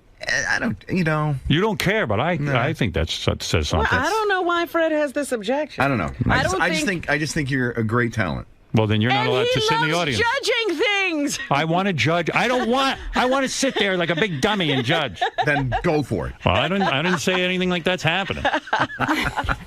If they were to ask me, I would consider it. What do you think of that? Anyway, I'll tell you how brave my wife is. Listen to this story. What now? The rescue. Oh. Was that all right? Yeah, no, but I don't consider it that brave. Oh, I do. I would never do this. There was another rescue? You listen to this. Well, first of all, I took the course, the Wildlife Rescue Center transport course a couple years ago, so I know how to. You're certified. You're not talking about. I didn't get any. You're not talking about. You're not talking about rescuing like a puppy or a kitten. You're talking about wildlife. So listen to this. Like Friday or Saturday, we get a call from the Wildlife Center of the Hamptons. They go, hey, listen, there's an injured bird, but what is it, like a seagull? A gull. A gull. Yeah. Can you go rescue it? Because she's now trained. It was in our town where we live, so I was the closest volunteer. Oh, cool. So she goes You're out. on call. I was on call. This gull is like the size of a human being. Oh, this guy was huge. And what was it? He had wire. It was heartbreaking. He had obviously dove into the water or was swimming, and he got some fishing wire tangled and I think he initially swallowed the hook, so it was wrapped around his beak, and then it was wrapped around his legs. Oh dear. He was a mess, and it was so tightly wrapped that his leg was swollen. Yeah, no circulation. No circulation, and he couldn't eat, and he was dehydrated and a mess, and he would fly for probably 5 seconds and fall over. So his wings were okay, but his legs were bound and his mouth was bound. And he was huge, and it was the windiest day ever. And they're not easy to get to. I was nervous because he was an adult and huge. He was just a big boy. Yeah, and there he is. There's a picture of him. I tweeted that. That is actually on the table. They are on the volunteers at the Wildlife Rescue Center are phenomenal. They unraveled and cut all of the fishing wire, and it was. So listen to this. She goes over, takes a blanket, has to throw it over this thing. And these things bite and the whole deal. Of course, they're scared to death. She goes in. I would have run for the hills. She didn't even bother to get me because she knew I'm a pussy. You would be worthless. Right. I wouldn't even really be a help. I'd probably just say, forget this. Right. I don't want you to get hurt. And I wouldn't help in any way. So she went out on her own and did this thing. And I don't even know how to describe how crazy this is. Well, no, everybody understands that you have a wild animal. They're not used to interacting with humans in the first place. So how did you transport it in the car? Well, I had my friend Mike with me, and I took a towel and I covered him, but it was so windy, the wind and the bird, and the towel was over my head at one point. I think it was over Mike's head at one point, and I had to act very quickly, so I put it over and I scooped him up in my arms, and I had one of those plastic containers, the extra large ones. Problem is, I didn't cut any holes on the lid, so I had to leave it open a couple inches on the one side. So I was holding it down, and I put it in the back seat of the car, but I was sitting in the front seat with Mike, and I'm holding him. But he was fighting and I had bruises on my hands because I was pushing so hard. But it took us about 25 minutes to get to the rescue center. And he's going to live. He's doing great. Mike and I watched them untangle all the fishing wire, and they said that he's on the road to recovery, and I'm hoping to be able to release him. Release him soon. And when he gets stronger, they're feeding him through tubes right now. All right, which brings me to the reason Beth's here today. Yes. Okay, so here it is. This is a plea of sorts to my audience. So I got involved with North Shore Animal League because, Beth made me aware. Like, we've adopted 3 cats. These cats are the greatest thing ever. I love them. Robin knows. I love them. You know what? I would every time he would say, "Oh God, Beth wants to get a cat, Howard. You'll love it." They're the best. Beth convinced me to get these cats. We love each one of them. Leon, Walter, and Apple. And they're so beautiful. And so the North Shore Animal League said, well, you're into photography now. Take some pictures of Beth with these animals at North Shore Animal League. I actually came up with the idea. Right. Because I was being photographed by you every second. So I thought, why don't we do something good? That's true. And so I said, yeah, let's get involved. And so we took these pictures and put them on a calendar, thinking that it would be a nice gift and we'd get people to donate $20 to the North Shore Animal League. And all the money goes to the animals. And there's each story of these animals is just heartbreaking. Well, there's Susie. She's a cat in there who's magnificent. I think she's a young cat, maybe 4, 5, or 6, and she just sits on my lap when I go on appearances. But because she's an adult cat. And I got to tell you, adult cats are the best. Oh, she's got the greatest. Now, is she sort of rotting away in a cage right now? She's sitting in a cage, and every time I go on one of these morning shows, I ask to have Susie with me because she'll just sit on my lap and purr, and she likes her belly rubbed. But a lot of shows don't even want cats brought on, which is so sad. So I go to the league and I just spend time with her. The thing that drives me crazy is every time we look at these cats we adopted, we sit and say to each other, how could anyone kick them out of their house? Like, they're such sweet animals. And I always say, if people, because a lot of people say, I'm a dog person, I'm not a cat person. Right. If you've never known a cat, that's how you could not love them. Exactly. Yeah, if you've ever known a cat, you have to love them. It drives me crazy that people have a pet. Like, we have this Walter. He's like, I love this cat. This cat is with me all the time. He sleeps with me. He loves me. And we do everything together. He follows me around like a dog. And Leroy and I were playing fetch the other day. He's such a person. He's such a personality. Like Beth can't go on her computer because he lays on the computer all day, and he likes to hear the beep, beep, beep. I guess it sounds like his mother's heartbeat or something. But and I sit there and I go, this guy would have been rotting in a cage. No one would have adopted him at this North Shore Animal League. These guys are saints, this North Shore Animal League. The fact that they take care of these animals and they don't kill them and they'll wait. They'll wait a year. They'll wait 2 years. They'll wait 10 years. However long it takes. And a lot of the animals featured in this calendar are still sitting there. And a lot of the adult ones. And it's making me nuts. And not only is my point, I want people to adopt these before Beth adopts them and they're in my house. Because it's getting full in there. Susie's on her way. Yeah, she said to me the other day, I can't stand that Susie's in a cage right now. I said, listen, Susie, I'll beg my audience to take in Susie. I'm going to have the best time. The best time when you get your 4th cat. Show Robin Susie in the calendar. Can you imagine? Because he laughed at me so hard when I had 4 cats. Look at this beautiful calendar, Robin. What's one more? My photography is stunning. What month was that? Oh, November. Susie. Oh, boy, she's a beauty. Isn't she gorgeous? Yeah. Let me see her. Susie. Beautiful. Oh. That's right. I love her. She's not even airbrushed. That's her in the natural. That's her in the natural. So anyway, to purchase this calendar of Beth and the animals, go to animalleague.org. You're making a donation to this wonderful charity. They do wonderful work. No one gives a shit about these animals.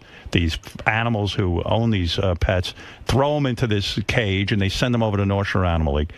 But listen, this cat that we have, Leon. This cat is a big cat. He's 18 pounds. 19. Amazing. 19 now. They had him in a little cage. He has to shit in there. He has to piss in there. He eats in there. And no one was adopting him. Yeah. He's a black cat. No one was adopting him. People are superstitious because they're assholes. And so he's the greatest. He's the greatest cat. And he was rotting in this cage for God knows how long. He survived a tornado. He survived all kinds of things. And if we hadn't taken him in, I think he'd still be there. Now, you see him in this calendar, right? He's on page what? I forget what page he's on. Mr. February. He's Mr. February. This cat, there he is. Oh, my God. We meet people, they go, oh, if you don't want him, we'll take him. Everybody wants him now. Yeah, everybody now that knows my cat. Yeah, there's a million of them right there now. Yeah. You can have your own. You could have your own Leon and Walter. Go make a life for yourself. I think I was jealous that you had Leroy Brown, so we have Leon there. They are so great, those cats. It's amazing. So, to purchase Beth's calendar, go to animalleague.org. Beth's calendar, the North Shore Animal League. It's Beth. You see Howard her. shot. Gorgeous. We had fun. This was a great project for us. You'll see a picture there. I shot all the puppies. I got them all lined up. Yeah? You did a great job. I was like Scavullo. He was on fire. You were so professional. I bossed everyone around, and I used a tripod, and I shot all these things. My teacher was there with me. It was great. It was a lot of fun that day. And also, I'll give you another plug. Beth has got this TV show starting in, when is that? I'm starting taping in January. It's for HGTV called Mom Caves. And they aired the pilot, and they picked up a full season. So right now they are trying to get candidates for the Mom Cave. So husbands out there, if you want to nominate your wife for someone deserves something very special, if you want to write the reason why, you can email momcaves@gmail.com. Where do mom caves wind up? Are they special rooms in the house? They're rooms for the women that, something private, something that... Listen to this racket. This is the greatest thing ever. What? You got to nominate your wife for this. This is why I'm giving you this tip. Mm-hmm. This is a great present. This TV show, come to your house. They take a room and they redo the whole... They even build your room sometimes. Really? That's right. Wow. And it's free. Well, to you. To you, it's free. Somebody will get paid. And they just sit there and they go, Beth enters it up with you and goes shopping with you and everything. Get your wife out of the house? Yeah. And they take a whole week. Take a week. And they give you a free room. But location, they want to keep it within an hour of New York City. Right. So... but nominate and send no a one wants to bust their balls traveling up to fucking Pennsylvania for and they you. like people to have children, too. So send a picture of your wife and your kids. Yeah, you got to be a mom. Well, that's when a mom needs a cave. The reason why. No, not adult children. They want but when the kids are there, that's when you need your own space. You want little children in there. Grade school kids, yeah. Wow. So. You know who just nominated his wife, Sandusky? So she might need a room to get away. I think she does, actually. But he lives too far away. She said, build it outside of my home. Yeah. And so, to nominate a mom for Mom Cave, email your submission to momcaves at gmail.com. That's it, right? That's it. I've just really... the calendar I got to, animalleague.org. And animalleague.org. It'll direct you to Adorama's website. They're the printers. So, but you can go to animalleague.org and order. Yeah, Adorama's helping us out. And we tweeted out a link at Stern Show so you can get to that. And people that have ordered the calendar, because everybody's tweeting asking when it's coming, it'll definitely get there before Christmas, I promise you. Enough time. And probably within the next couple of weeks, because we still have to sign those. And all the money goes to North Shore Animal League. Do a bunch of signing. Right. Well, we said we'd sign the first 1,000. Yes, Wheels, you're on the air. Go ahead in Bristol. I gotta get my order in. Yeah, you We're giving them to all our friends. we buy a lot. No, I want to give them to other people. Yes, and make a donation, for God's sakes. I always donate. Robin always. Well, she needs to give more. Yes, Wheels. What? Yes. No, you don't. Beth, I wanted to question you on football. Could you answer a question for me? Go ahead. What do you mean? What a quiz? I don't want to be quizzed right now. No, like the challenge flag. She knows more. No. What she are knows. you talking I about? really don't want to be. She knows more about football than I do. Well, Howard, what color is the penalty flag? Penalty flag is red. Yellow. Yellow. This is me versus Beth. Oh, sorry. Yeah. It's We yellow, know. right? Yeah. Yeah. All right. How do you score 2 points? There's 2 ways. Well, there's a touchback, right? Yeah. And you could score 2 points. That's it, right? No, there's another way. When you tackle a dude in his own... That's the touchback. Yeah. Now, what's the other way? Safety is called. What, do you know this, hon? No, I know I do, but I can't think of it. It's that other kick, you know, after... 2-point conversion. Yeah, the 2-point conversion, right. Yeah, right. 2-point conversion. I should have known that. We both failed that one. Here's one you know. Who's married to Tom Brady? Giselle. All right, and how many times are you allowed to kick on sides a game? How many times what? Are you allowed to kick on sides a game? I wouldn't know that. I don't know that. I think you're allowed to kick on sides as much as you want, can't you? You did great, dude. Yeah. Oh, you can? Then why would I didn't even know whether there was a limit or not. Yeah, why would they limit you on that? I don't know. That was just a trick question. You're tricking all of us. Howard, I think my dad would be very upset with me. He got the penalty flag wrong. That's right. I got that wrong, dude. Hey, Beth, real quick. When Howard passes away way before you, what's your bigger priority? What's your what? What's your bigger priority? Opening up a shelter or finding a guy that can stay out late with you at night and go I don't like to stay out late, and Howard knows that. Yeah. Even if I go out, I'm home by By 10. 10 or 11. So it's the animal shelter then. I'm hoping to do something like that in the near future. as Yeah, before opposed to I when my die, husband we'll. dies, So he can she's not waiting for his death. Share that with me. And one more thing. I keep asking you, do you still have your cowboy hat that's got like a leopard print? Are you the one that keeps tweeting that? I tweeted it twice, Beth. At least you read it. What is that? I want to see pictures of you in your leopard cowboy hat. You wore it to the cabbie fight. Let me do the photo shoot of you in the leopard hat. Let's make a little screen I from the will show. shoot that leopard hat for you and Thank tweet you. it. I don't know where that is. Prettiest girl I ever saw in person in my life. God bless you, Howard. Thank you. That's sweet. Not today. Me too. I made love to, if I may say, I made love to my wife 2 times this weekend, and I told her how beautiful she was. And I made her a love video. Love video? What's a love video? I cannot believe you're admitting that. I'll admit it. I'm a man. What is the love video, Howard? I had taken a bunch of pictures of Beth and myself by hitting the self-timer. Uh-huh. And then I organized them into a slideshow/video. Yes. And wrote her romantic things in the video. Oh, how sweet. Goddamn right. Fucking melted her heart, got me laid twice. Mike, is that why you banged me twice? Because I think the video. He sent that after, actually. So it got you inspired. But listen to this, Robin. He emailed me the video, and then he was waiting for me to open it. So he was hiding. Oh my goodness! And he heard the sound of my voice of the email coming, and I opened it, and he was standing there and watched me watch it for the first time. That's love, man. What did I do? What was I doing when I watched it? You were giggling. I was. Yeah. It was meant to be serious, but no, I wrote some jokes in there. It's very sweet. You're very funny, though. You had to sneak around and watch her watch. No, let me explain. I was upstairs, and all of a sudden I heard the romantic music playing from the video. From the video, I said, "Do you know how far away the kitchen computer?"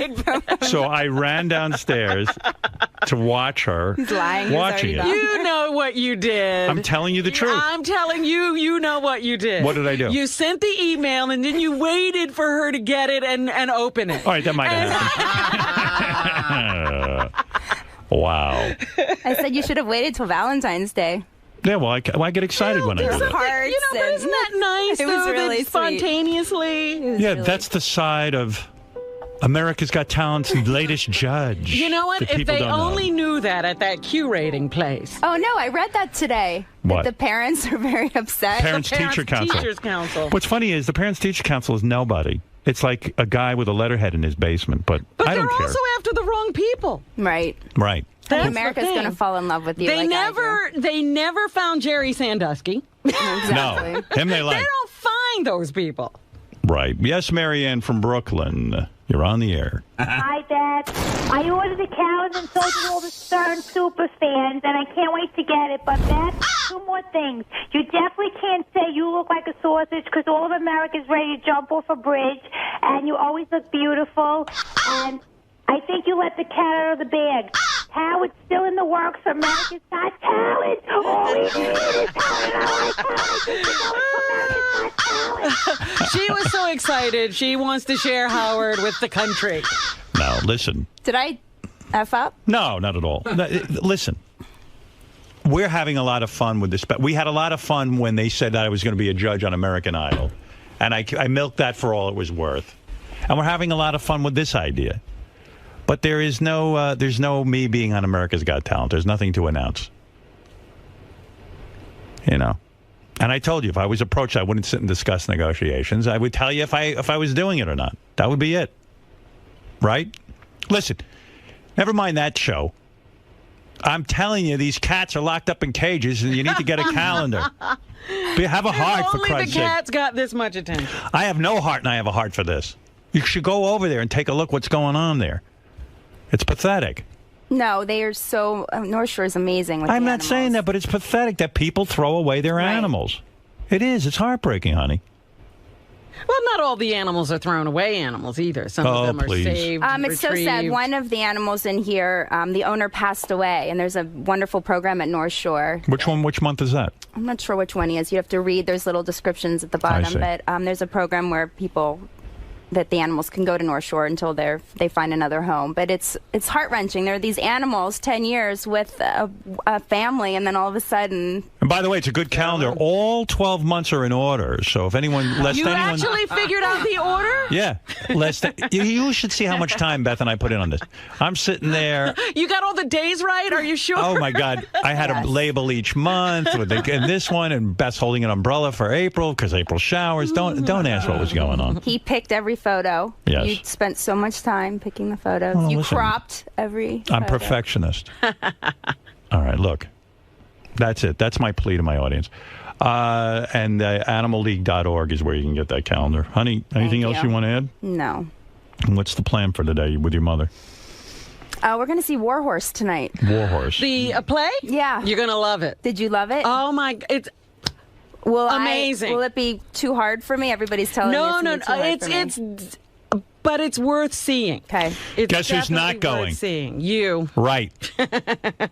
I'm excused. You know, by the way, speaking of Warhorse, you know that Steven Spielberg has a movie. Yes. Coming out. Yes. He was inspired by the play. Guess who else won't see that? You'll see that. I would love to see that. I'll go with you, Robin. Let's see that too. But my only thing is that he was inspired by the play to make the movie, and the play gets nothing from the movie. Oh. Yeah, that he just sort of, because it was a book, and he just took the book and got the rights to that, and he's making the movie. Oh, but it was the play that inspired it. How long would be away in case they eat something gaseous? I think it's long. By the way, it is long, and he would love it. Oh, great. Because it's puppets. No, puppets? Yeah. I'm 57 now, Robin. I'm telling you, every adult, it was made for children. Adults love Warhorse. So if I have gas tonight, I'm probably good till about 11 o'clock to empty out, right? Oh, God. Don't have that soup. No more. I will never have that soup again. I'm still going to sneak into bed, even if he's sleeping, so. You sneak in. Just don't wake me. Pull the covers down. I know what to do. That wakes him when I pull the covers when you down. Move the covers? Yeah. I think you learned last night not to pull the covers down. Don't move those covers. Or once I go in, stay. Yeah. I wasn't planning on you getting out. That was rank. Oh, my goodness. It was the soup. It wasn't me. I wonder if the smell's still in your hair.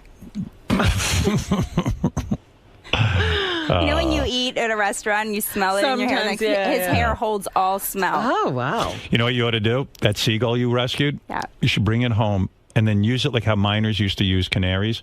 See if it's safe to go in. Let the seagull go in. If he doesn't keel over from the stench, then you know to get into bed. Oh, dear. There he goes. Honey, I love you. I love you. I heard that you have Chaz coming on. Chaz is coming on. I hope he's here. I'd love to meet him. So. And don't run off with Chaz. As much Very as manly. Just because, you know. I enjoyed watching Chaz on Dancing with the Stars, actually. I know you did. Yeah. No, you stopped watching after Chaz got voted off. I stopped watching after You didn't Chaz. stay? I stayed until David got booted off. And then Why I do had you to go. think you stopped watching after Chaz got booted off? Seriously. Like, what was it about Chaz? I don't think I think I just lost interest. Right. I looked forward to Chaz. You would be called normal. You lost interest in Dancing with the Stars. What's my problem? You have a huge problem. Like when I was at dinner with Beth and You're Lauren, still watching and you don't know anybody on the show. yeah, I can't stand any of them. And then it's like, and then all of a sudden, I'm sitting there and I say to Beth's mom, guess what I'm doing tonight? And she goes, what? I go, I'm watching Dancing with the Stars. I'm getting into I've bed. got a big night, too. She was torn. She was like, wow, that sounds like fun. Oh, please. Your mom likes Dancing with the Stars. She does, but She's rooting for, I think, Ricky Lake. She wouldn't no, stay she's in? rooting for JR. for JR. Right. I guess everybody is. He's amazing. Don't go out there and fall in love with Chaz. That's all I'm saying. I'm looking forward to meeting him. Yeah. I'm falling in love meeting him. Yeah. I know all these guys are always trying to seduce you. Who? You think Chaz will hit on Beth? Yeah, I do. Stop it. Don't even put I was that reading there. about- Don't make it awkward for me. I was reading about Chaz, and he said, Chaz a womanizer? yeah, well, with testosterone, he said his whole attitude changed. Like he now sees women as like when they talk, he goes, "Oh my God, they talk so much, it's fucking annoying." Oh no. Yeah, he said that. Really? Yeah, in an I interview. haven't read that. Yeah. He's like, oh my God, now with all this testosterone, I see why guys can't stand to hear these women talk all day. I told you that. Testosterone is like the worst drug. Yeah. You look cute. I do? Mm-hmm. How'd that happen? I didn't get any sleep. You're not even looking at me from a good angle? You look good. You should only look at me from the right side. How can I arrange that? Well, if she's enjoying you from this side, why would you say that? I don't know. I really do look good? Yes, You really love me then? I do. Because this is my worst angle. If I was on She even America, loves your bad angle, Howard. if I was on America's Got Talent, no one would see me from this side. Oh, my God. Have they considered the lighting situation they're going to get into? They don't have enough lights. I don't know. Can I back the camera out about a mile? Have them full out zoom? They're shooting from Mars. Yeah. Oh, yeah. They've planted. Everyone wants to know why NBC had to put a camera on Mars. It was one of my demands. Do you know what I love? I just showed to my mom that self-portrait picture that you took of yourself. Yeah. You should use that for a. I have an idea. The next time you're promoting something, if something big were to happen, Yes. and someone wants you for a cover, you should do a self-portrait of yourself. There's a good idea. Because he's really great. That one photo that you took, I love. I could see that as a cover. Only I know how to photograph me. It's Finally, phenomenal. we found a photographer for Wouldn't you. that be a great idea? Yeah. Sure. I think so. Yeah. Who needs a I photographer? love when that I'm- one photo. I don't know how to describe that photo. It was sort of a black and white that he did of you, where you're sort of... Oh, the snoot light. Yes. Yeah. This is that's a technique. That's your technique? That's my technique. I'm known for that. All right, listen. I'm going to take a break. I love you. I love you. Thank you. Hey, Chaz, I want to introduce you. This is Howard's wife, Beth. Hi, Big Dancing with the Stars fan. Nice to meet you. So nice to meet you. You were awesome. I was saying that. Hi, I'm Beth. Sarah, nice to meet you. I stopped watching after you got voted off because you were the reason I watched. Oh, thank you so much. Have fun with Howard. I will. Don't be nervous. Okay. He's a puppy dog. All right. He's the best. I will Just remember have that. fun. All right. Nice to meet you. Nice to meet you, too. Beth, may I talk to you for a second? Yes, you may. Bye, Beth. Bye, Garrett. Thanks for everything. Happy a good Thanksgiving. Good luck for the game. I'll put it on Facebook. Yeah. I'll put the results Yeah, on do, please. Okay. Beth, even after all the appearances you've done with Howard on the show, is it still a little bit odd, the dynamic of going from husband to, like, your interviewer?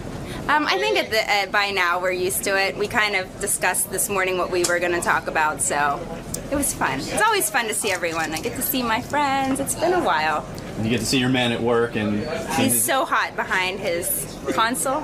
I thought you gave him some really good advice about the possibility of him joining the cast of America's Got Talent. Oh, yeah. I think he would be a great judge again. Who knows what's going to happen. But, again, I would share him with America. He's really fun to sit next to while he judges. Plus the fact that a lot of people gloss over how grueling his radio schedule is. Right. Getting up so early. That's what I'm concerned about. A little bit concerned if that were to happen, his everyday life, and I would just want him to nap and meditate as he already does, But again, who knows if this is even going to happen. All right, Beth. Well, thank you. Best of luck with the calendar. Thank you. With Mom Caves. Thank you. Very excited.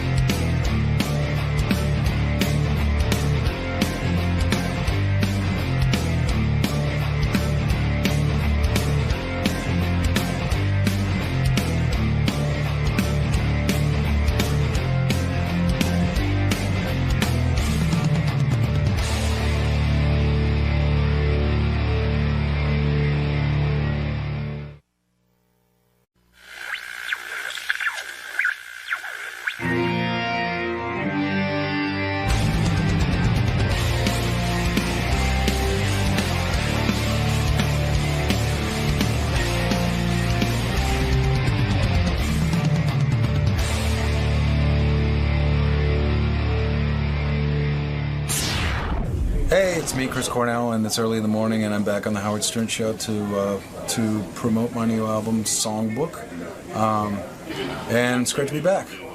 You had a good rap with Howard last time. I felt you guys. Thank you. The interview went pretty deep. He asked you a lot about your personal life.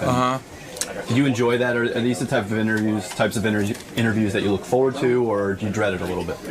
It seemed fast, to be honest. Like it was over. I don't even really remember what we talked about. But you know, it seemed quick. Sometimes, depending on what I'm doing, an interview, you know, could be like a series of 15 or 20 in a day. You know, so something like that was just. But I remember it being good. Cool, man. We'll see you in the studio. Have fun with Howard today. Thank you. Looking good, Chris. Thank you. You too. Healthy. You look happy. You want to run through it, or you? No, I'm good. You're good. And shockingly, you don't look exhausted, which I am. I had a week or so off because I got sick and had laryngitis, so I canceled 4 shows, which is like the most I ever have. Wow. Sat around, got better.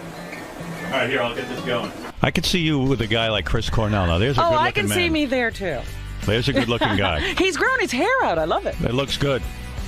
Chris, I like you with long hair. Oh, wait, where's your mic? Oh, he's got a pick in his mouth. Oh, he's digging the song. You like these guys, Oasis? I like it. I like a lot of their songs. Not all of them.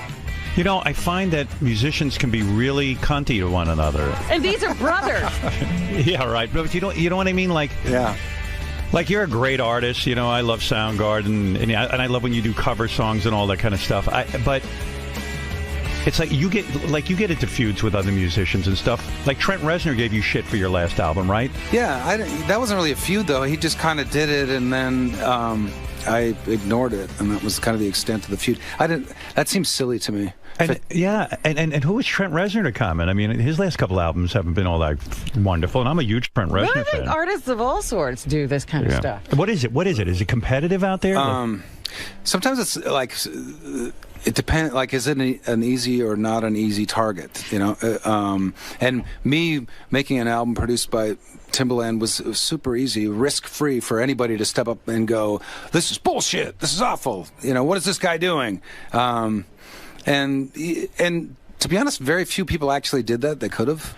Do you worry about that as an artist? Do you? And be honest with me. Do you worry about the business? I mean, you do worry about record sales and all that kind of stuff. So when you sit down and you have a great idea, do you ever say to yourself, "Oh shit, my fans won't accept this. They'll think it's too commercial, or they think I sold out, or something"? Does that weigh into the equation? You know, the songs that I've had probably the biggest commercial success with were songs that I never thought, like Black Hole Sun's the best example. Right. I didn't think that they would ever play that on the radio. I wasn't even sure myself what the words meant. So you could never be a record company executive because you wouldn't be able to pick. I wouldn't pick it, no. But I also think that 99.9% of them also don't know either. I think a lot of the time the fans choose.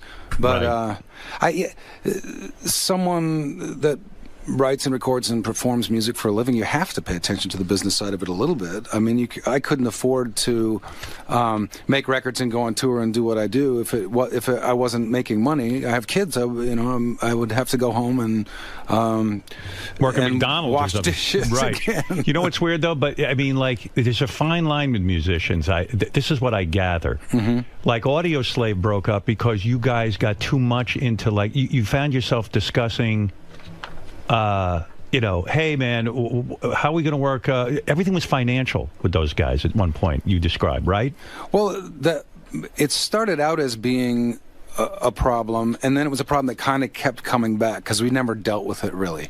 And the reason why it was a problem was because we wrote 3 albums in like the amount of time that it takes most bands to write half of one. Right. So we had all this material, and we hadn't really sat down and all got comfortable with how we were going to deal with it financially. So the business side of it broke you up.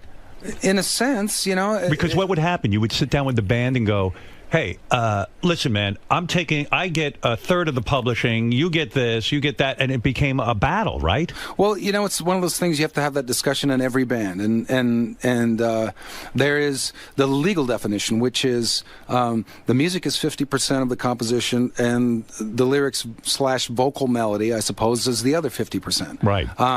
And when you're in a band where, say, one member doesn't really contribute to either of those things ever, right. Then you have that conversation of, well, shit, are we going to cut Joe in on this kind of thing? Do you hate that part of it? I can't stand it because I just want to write songs and never have that conversation ever. Why can't you hire a guy like a mediator who comes in and does all that for you? You know what I mean? That's where Audioslave's problem came in. I don't believe that it was the 4 of us. I think that the professionals that we had there, they weren't getting along with each other even, and they kind of threw it on us like, you guys got to figure it out. And is there any more uncomfortable discussion than money with the guys you're in a band with? Especially after you've already started. Yeah. I mean, the hardest thing is you bringing your song in, you feel like an idiot, you think they're going to judge you think they're going to hate it. Half the time they kind of do, and musicians aren't that good at being judicious, Right. Even if they say it's not bad, you can see by their body language that they think you're an idiot, and so that's hard. And then the money thing is always difficult. And, awkward. It's maybe silly or can sound silly to complain about it because if there's a problem, it means that there's money coming in somewhere. But I think it's fascinating, people, because everyone's fantasy, including mine, is that I would have been a great musician, and like you would have a beard, the long hair, and I would be on stage in a band. And I people don't understand why bands break up. They don't understand this business. So I always love to hear stories of like sort of what the business is like, because that's not the glamorous part. That's the worst part of it, when you have to actually sit down and become businessmen, when all you want to do is be an artist and play. Yeah, it's a different side of the brain. And also you are in a position where you have to trust professional people who went to college. Yeah, exactly. I've been in bands where people went to college, but and then they don't cross their T's and dot their I's, and then you're the one that pays for it. They never do. If a lawyer doesn't do his job or a manager doesn't do his job, and it ends up being a problem for you business-wise, they don't come back and say, oh, don't worry about it. It was my mistake, so I'll pay for it. That never happens. That's why it drives me crazy when I read a book by like Keith Richards, who sits there and pisses all over Mick Jagger. Now, Mick Jagger loved the business side of the business. And I think, in a way, Mick Jagger took that pressure off of everyone in the band. He ran the show. He ran the business. He was very good for a guy like Keith Richards, who was completely undisciplined. And then Keith writes a book and just pisses all over Mick Jagger. I could see why Mick Jagger would be upset.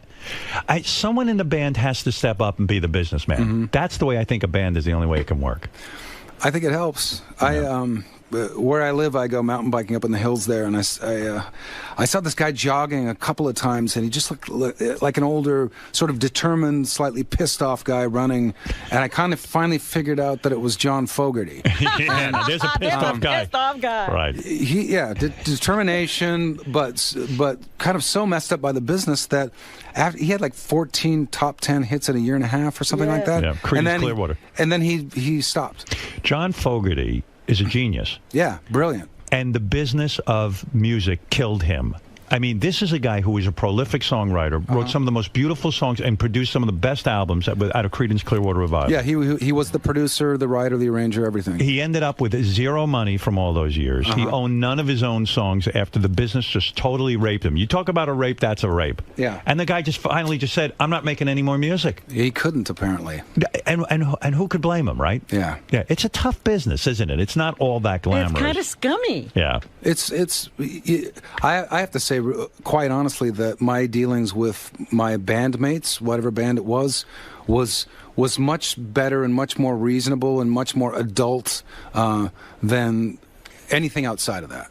Really? Yeah, absolutely. Well, I'm talking about the business itself. There are unscrupulous people out there who there's tons of them. And at this point in the music industry, everybody's is sort of a rat trying to survive the ship sinking and grabbing onto anything they can. I was watching a documentary about not just about you, but the whole sort of movement in the 90s with music. You know, it was really fascinating. It was like Guns N' Roses was kind of the thing.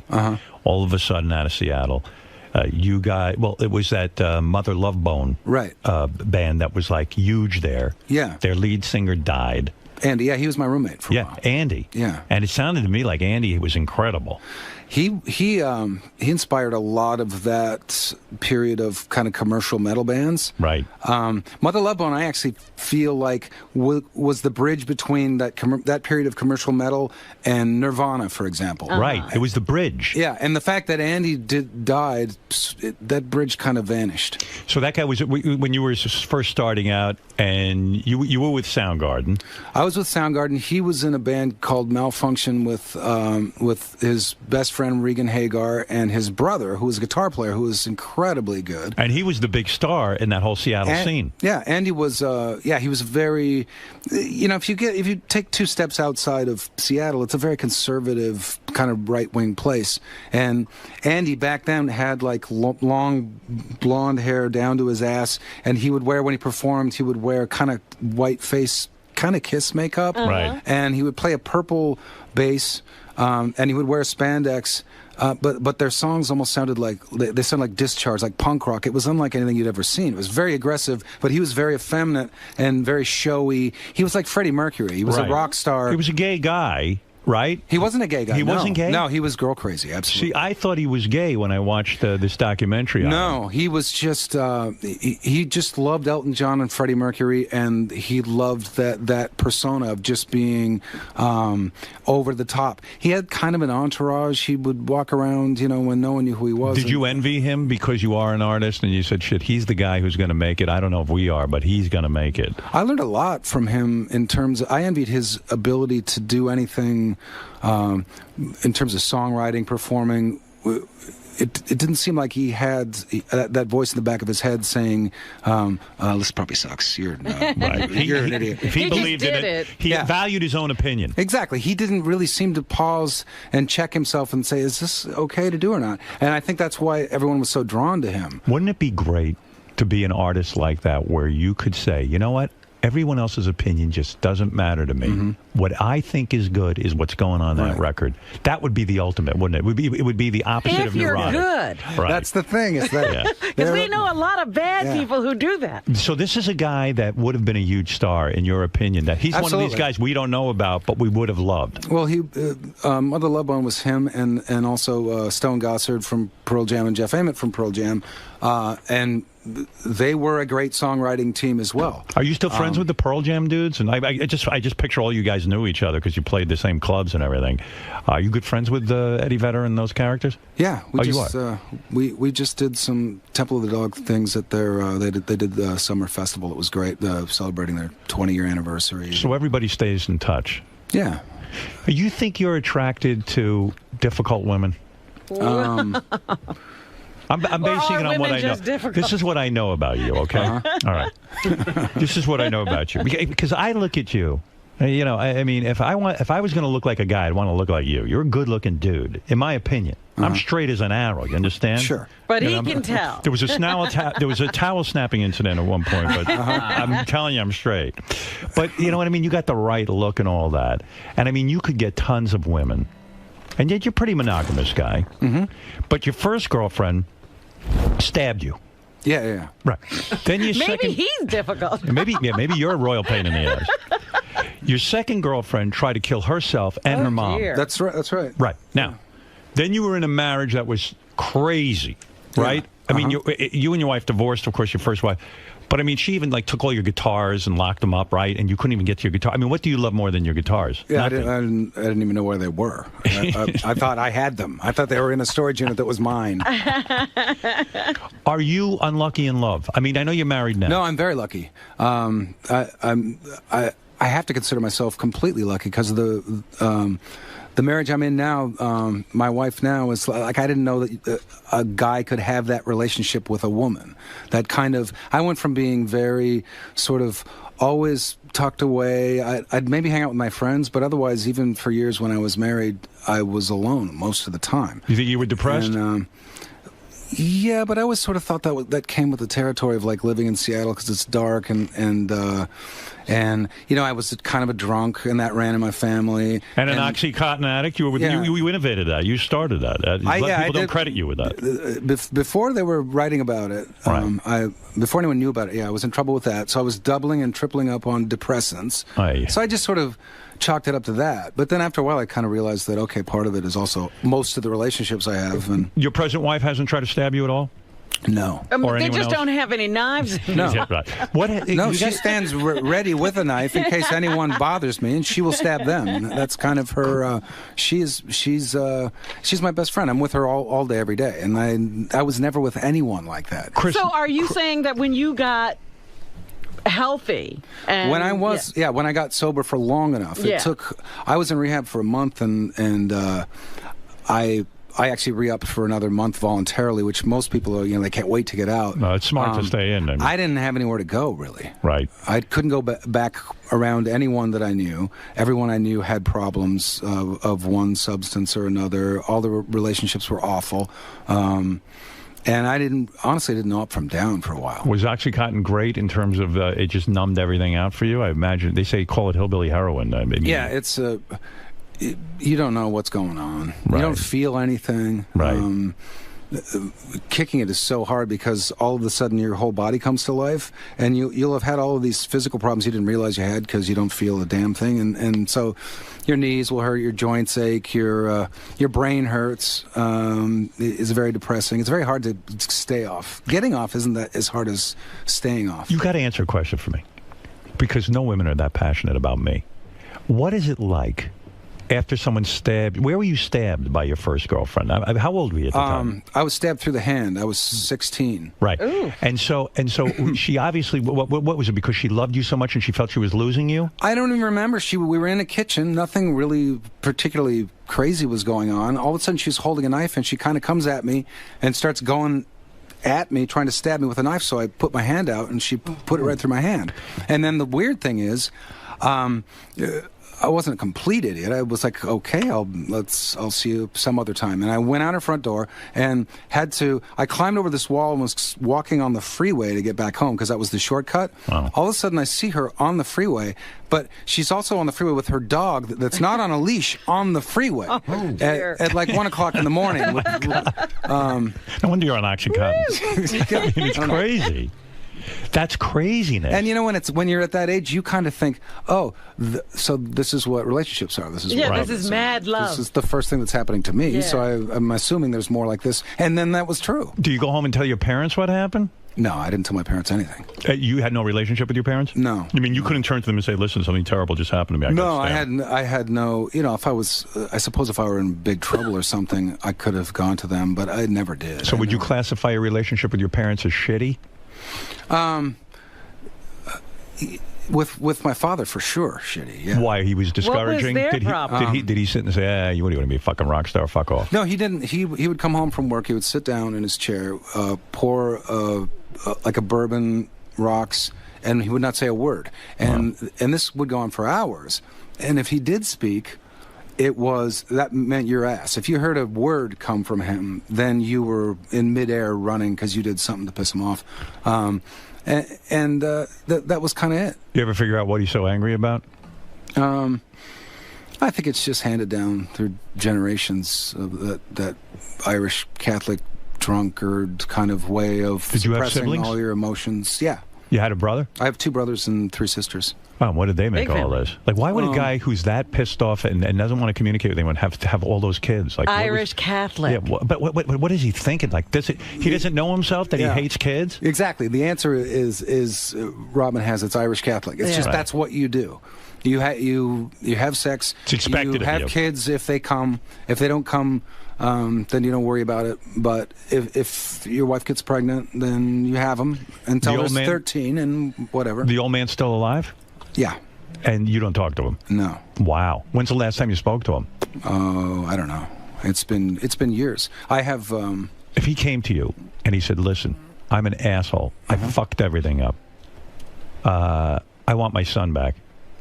That would melt your heart, right? Of course, I would absolutely forgive him. But he'd never do it. It wouldn't just. It would have to be me, my wife, my children. We're a family. He would have to come to the family, and I don't know if he would or not. But to be honest, I don't really care. Is that true? I never had a relationship with him because he wasn't that kind of dad. So, in a sense, it doesn't like I don't think about it. How old were you when you stopped communicating with the guy? I mean, you were living in his house when you were 16. I never communicated with him. Isn't it amazing? You came home, your hand must have been a mess. You were stabbed by a girlfriend, and your dad didn't even say to you, "Son, are you okay?" Oh, I had no idea. No clue. He never even noticed. Like he didn't notice your hand was a mess. No. When's the last time you even had when I say no conversation, I mean, like even we were in the same room with the guy? Over 10 years. I think. Do you think he must know of your success? Oh yeah, for sure. He knows of my success. Do you love that he, like, is it a smack in his head in a way that you're the success? Like, he probably would love to be a part of this and take some kind of credit. There was a time, yeah, because there was a time when everyone frowned on me for sort of choosing music, and when you make that choice as a young guy, if you do it for real, you're kind of taking that risk, and it's more likely than not that you're going to end up doing kind of manual labor, and you're going to play music in the back of some club with 20 people in it. And I made that decision that I don't care if that's what happens. This is what I love, and this is what I want to do. I did become successful, and I know the odds are against that, but it But felt aren't good. you so glad you became successful? Because don't you think in the back of your mind, your old man would have been sitting there thinking, "I knew that kid was a fuck up," and now he can't. And now he can't do that. Absolutely would for sure have done that. Absolutely. Yeah. I mean, and he would say, "That idiot! He should have gone to school. He should have paid attention. He didn't he didn't do the right things in life." Yeah. But now, he's sitting somewhere going, "Holy shit, my son is a success. I don't even have a relationship with him." Do your siblings have a relationship with him? Neither of my brothers do. No. Wow. And yeah, so, That's awful. I don't know.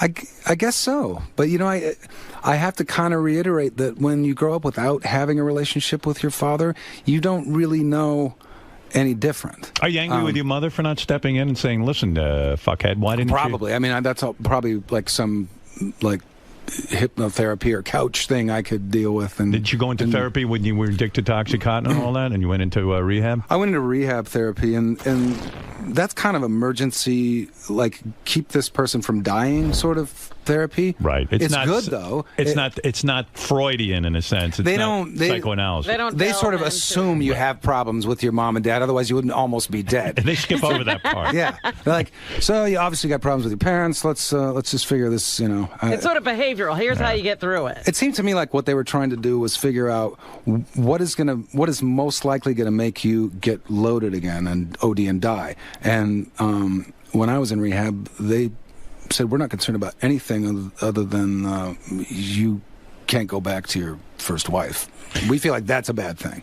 And I don't remember them even really telling me why. Who cares? But they seemed like they really believed it. I think in a way, what I get from people who went through a lot of rehab, they say at some point you realize the decisions you're making are horrible. So you might as well listen to these guys. They've got to be making better decisions for you. So you give yourself over to their decision-making process. If a guy says to you, "Listen, get out of your marriage because it's fucking you up," I ought to listen to them. Maybe I ought to listen to him. Yeah, I had a good guy. I got lucky too. I had a guy that a counselor guy that was very smart. He was smarter than me, and he was stronger than me, and that was exactly what I needed. Because if everybody else, I just walked right over him. I didn't care. When you do a solo show, when you're not with Soundgarden or you're not with a band, and you do your own thing, even an acoustic thing, you're a guy, and I like this about you. You will do cover versions. That's why I always like to ask you when you come in to do a cover version, because because some artists I think feel like I'm not going to do any cover version, but you enjoy other people's music and you like playing other people's music on stage, right? I do. It's a little bit of a new thing because I learned to play guitar to write songs and contribute music to Soundgarden. So we had already formed, and I never learned anyone else's music. And then probably about 12 years ago, I started getting into it. And so it's like I'm a kid, kind of. Were you not a fan of like Led Zeppelin and stuff like that when you were a kid? I mean, absolutely, you knew all the albums and all that. Yeah, absolutely. And you taught yourself how to play guitar? Yeah. Yeah, because your father wasn't paying for music lessons, right? He didn't want to hear about that bullshit. There was no interest like that. Really, I think Hero and Kim and Matt, who were all in Soundgarden and all playing instruments, I actually hear myself playing like them. Ben Shepherd too. Like I picked more up from all those guys than So you're else. a genius in the sense that you taught yourself guitar. I think that's a very difficult thing to do, quite frankly. I mean, you're an accomplished guitar player. I'm not so good. You're not. No. You're not great at it. Not so good at it. Do you write your songs? But a musical prodigy to be able to do that. I write songs that I have difficulty playing. I write songs that other people have difficulty playing. Do you write your songs are complicated? Do you write songs on the guitar? Is that how you do it? Most of the time, I suppose. Yeah. Do you play the piano? A little bit. I could read music and play the piano when I was like 9 or 10, and I quit and forgot. How do you know how to read music? I mean, I don't know. I forgot. I learned. I took lessons at school. Oh, you did? Yeah. And so when you pick a song, this is something I always wanted to ask you. So, like sometimes in concert, if you do like Michael Jackson's Billie Jean, are you goofing on that song? Are you saying, this is a song you wouldn't think I would do because it's sort of a dumb, like it's not different a cool genre, song. not cool. Initially, the idea was it was going to be a joke, and when Audioslave would play, I would do like 4 songs or so acoustically in the middle of the set. Right. So I was gonna work up a version of that and just start playing it because there's nothing they could do about it, and it was just gonna be kind of a funny joke between band members. And when I looked at the lyrics and I changed the time signature to a kind of gospel-y 3/4 thing and slowed it down. Right. And I was just kind of sitting there and started singing the actual words, which I didn't even know what they were. Right. It wasn't funny anymore. You found that you liked the song. I actually thought that it was really well written, and I thought the lyrics told a pretty incredible story. Well, even though you're singing it, it's supposed to be you saying something. There's got to be some truth to the lyric when you say it. Yeah, I think you have to be kind of living in that world. That's why, for example, Pink Floyd is a band that I always really loved because they created this atmosphere and this environment with their music that I feel like there's a magic involved. Same with Led Zeppelin, where it's them. Even if you hear half a bar, there's something about every part of the orchestration and the rhythm section, the drums, bass, guitar, vocals, that when you put all that together, it creates this other world that you get to then go into. And that was how I survived as a kid. Yeah. I was a typical musician in that I was geeky. I wasn't good at sports, and I was horrible at school, and I loved music as a fan. Right. I didn't think I was going to play it. I just sat in a room and listened to records. I remember buying my Led Zeppelin albums where I was when I bought them. I remember sitting in my room. It took me to another place because I was miserable and I felt lonely. And Led Zeppelin, I remember Led Zeppelin was your friend? Led Zeppelin was not only my friend. I remember being at a party in Syosset, Long Island, a guy named Stewie Hellman's house, and they put on a Led Zeppelin album, and I was blown out. Yeah. I ran home to get this thing. I couldn't even believe it. Are you surprised in a band that when John Bonham was a great drummer. Yeah. But when he died, should Led Zeppelin have gone on and found a new drummer and continued as a band? Were you shocked when they broke up? I think there might have been like a little bit of a coincidence in that was probably a good time for them to break up. I'm just saying, and that's just a thought.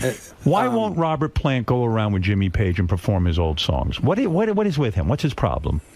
I really don't know. You don't know? No, I have no idea. You're supposed to know. No. Don't all musicians talk about this stuff? It's funny that you bring that up because I was listening. I was on iTunes and auditioning songs from his album from Band of Joy, which is his new album. Right. And I didn't really like the record he did with Alison Krauss, but this Band of Joy record I do like. Right. And I was thinking about it, like, well, this is a great thing for him to be doing, and I think it's artistically vital, and it's what he wants to do. And the only issue is if you're looking at a clock and thinking, well, one of us might die soon, so maybe we should get our Led Zeppelin on some more, a little bit. Yeah, I like Robert Plant. But they're very healthy, so. I like some of his solo stuff, don't get me wrong. Why do you perform the song Thank You all over Led Zeppelin songs? What does that mean to you?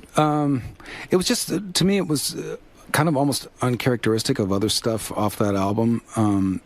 It sounds like a 60s pop song to me, the way that they have it arranged.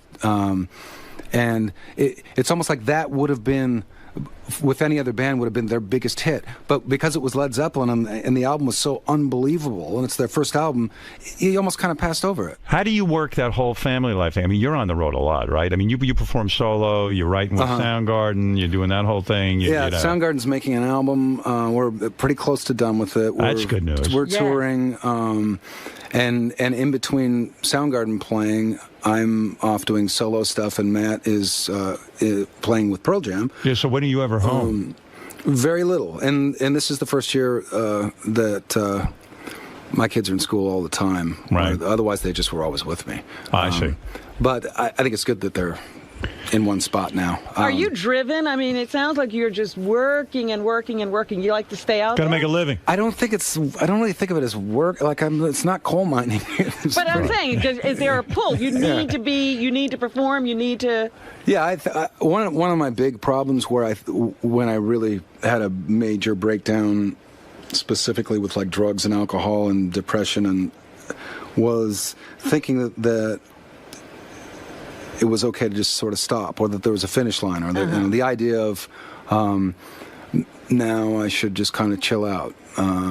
And really, it was the other way around. Now I have the opportunity to do whatever I want. I have an audience. People care. If I write a song tomorrow and put it online, people will actually listen to the whole thing. Right. You got time to take one or two calls? Sure. All right. Let's go to Gil. Hey, Chris. Hey, I saw you at the Henry Ford Theater, man. It was awesome. Oh, great. One of the highlights, man, was your son coming out. That was great, man. Everybody loved it. You brought the kid out? It's like a Sonny and Cher move. Kind of. Well, it's not our choice. He will just walk out. Oh, yeah? Yeah. He doesn't know that there's boundaries. You're his dad, and he's like, hey, I need to see you right now. Yeah, I've never said, no, you can't be next to me in any other situation, so he didn't know that was any different. And really, it's not. I don't care. Did he have anything to say, or he just kind of stood there while you performed? I don't. At the Henry, what did he do? Did he play air guitar or air drums or something? Yeah, man. He was just like a little Chris wearing his little boots and his jacket, and he would look to the side and he would look to the fans, and he would just sit there and like listen to Chris and like play air guitar. You got to dress, cool. And you got to dress him cool, like Gwen Stefani's kid. You know what I mean? You got to just he's got to look good like all the other little rock and roll kids. Yeah, that's the other thing. As a parent, you have the responsibility to break that chain. Right. Don't dress him geeky like what happened to me. Yeah. Oh my God, my mother insisted that I was not allowed to wear jeans to school, and that I had to dress every day like I was going to meet the governor. Guess what? The governor never showed up, and I looked like an asshole. Yeah. That's right. Let's go to Dane in Pittsburgh. Quickly, Dane. Hey, man. Hey, it's an honor to be on a Stern show. Speaking to Chris Cornell. Man. Yeah, well, thank you. What's your question? Hey, I was just wondering. You mentioned Mine, the Mother Love Bone singer. Yeah, Andy Wood. Yeah, didn't you write Mine right about him? No, I wrote Say Hello to Heaven, which was Temple of the Dog, which was that was me, and essentially what are the members of Pearl Jam now. That's right. And there's like 3 or 4 songs on that album that were a tribute to him. And then the whole album was kind of was dedicated to his memory and his brilliance. Frosty, go ahead. You have the last word with Chris. Hey, Howard, I just wanted to ask Chris if the rumor is true that him and Eddie Vedder got caught blowing each other.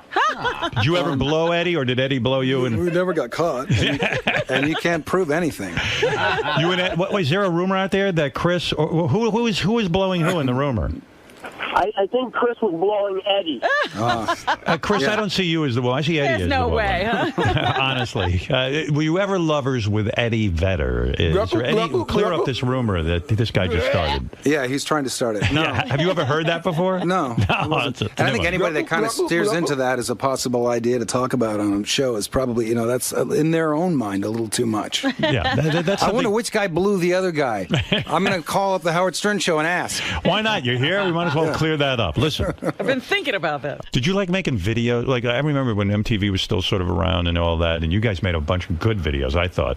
Did you like that aspect of the business, or was it just repugnant to you? At first, it was really exciting because there was some money. Like, we did a couple by ourselves, which we liked, and they were like, a couple $1,000s. And then suddenly there was like $140,000 or something. You're making them film, yeah. And then we made a video, and it wasn't any better than the $4,000 one. And the difference is you go in, and there's a crew of like 40 people, and no one's doing anything. They're just kind of standing there and then holding a bagel in one hand and a coffee in the other. And I guess that's where all the money went. And the bagels. I think we got lucky with a couple of the videos. We also we did several where the band had virtually all the ideas, and then the director didn't really want to hear about what the band wanted, so those didn't turn out that well. And then I think the best ones, I think, was when we figured out just find somebody that's got a great idea and a vision, and then get out of his way. Right. And that's but what happens if the Black Hole Sun video is great. Yeah. But what happens when you give the guy carte blanche and you say, okay, we're going to go with your vision, and then you come back with a piece of shit? You get stuck with a horrible video, and it lives forever. And Beavis and Butthead. Yeah. Goof on. Yeah, right. Yeah. How calculated are you about your image? Now, I'm looking at you with the long hair. I remember in like Black Hole Sun, you cut your hair short and stuff. I mean, do you calculate that in terms of your image? Like you go, hey, this is cool, this isn't? If I feel uncomfortable, I'll figure out some way to change it. Like the first time, I guess it was 91, when I shaved my head, that was me feeling uncomfortable. Because I just kind of was me, and I'd never given it a second thought. And then all of a sudden there were other bands with singers with long hair climbing things and shirtless, and I just felt like suddenly we looked like all these other bands, and I didn't like it. And I just sort of changed, and then I kind of had an identity crisis where I didn't, I sort of figured, I guess I'm not supposed to really think about who I am in terms of what I look like or what my persona is. Just do whatever feels comfortable. But I think you have to. Like, I think you do have to consider what you're wearing and how long your hair is, because you are an entertainer. There's a physical thing about this. But wasn't grunge supposed to be the anti-rock? But at the time it was all glam rock. But to me, there still was a grunge uniform. It's like when I was in high school, everybody started wearing work shirts and jeans, and I used to go, yeah, that's because we're not into uniforms. And then someone turned to me and said, yeah, but look at it. You're all wearing the same thing. This is like the Army, for Christ's sake. Well, with Seattle, at the time of like the late 80s, the idea was whatever you wear, you don't wear anything that looks like you're trying to look like anything. Right, because I remember guys were all wearing shorts and the boots and the socks on the stage. And like almost every band then had shorts, and you know what I mean? And flannel. Yeah, so it is part of the whole thing. Yeah, we try to avoid looking like you have ever cared about what you wear, but that became a specific look, at least specific enough that fashion houses copied it. Right. That's why I relate to you when you said you shaved your head, because you're like, oh my God, now I look like everybody else. Right. This is, and so I need to. But then you go overboard and do something completely ridiculous. Well, and the other thing too is you can't wear the same clothes, because I shaved my head and then I went in and put on a flannel and my boots, and I looked like a Nazi. And I went outside, skinhead, and someone gave me shit at a store, like I know what you're all about. I know what you're like. What am I all about? And you tell me so I can. And then I realized, oh God, that's not going to work. And I had to, wear something a little different, less militant, I suppose. Lest anyone thinks it's easy to be a rock star, it's not. All right, listen, Chris. I could enter it up with you all day, but of course, all good things must come to an end. Chris. Yeah. When I was talking to you before the interview, you mentioned how some other interviews you do tend to drone on and take forever. What makes the Howard experience so enjoyable and go so quickly? There's no format. You're just having a conversation. So it's not, what are your influences? What color was your first guitar? That kind of thing. It's not like a generic That's okay, Q&A. but like by the time you've done that for 20 years, you want to start ripping your hair out like that. You also talked a lot about your childhood and breaking the cycle of bad parenting. Mm-hmm. Was that something that you were always on a mission to do, or did it take actually having a kid to realize that? I think I had to be in the middle of it. Right. And then just started remembering everything. You said you're almost reliving moments through your own son, seeing yourself through him. It's a very strong reminder, yeah, because it's I just see him going through the same things, and I didn't really remember that until now, because I'm seeing it and remembering the exact instance that I had that experience and what it meant to me. But it's got to be cool knowing that now that you have him on stage and you're starting this new cycle that he can hopefully pass on to his kids and so on and so forth. So. Yeah, and whatever I'm doing wrong, which he'll know all too well, he can fix that. All right, man. Good luck with Songbook, and great job today. Thank you. All right, thanks, man.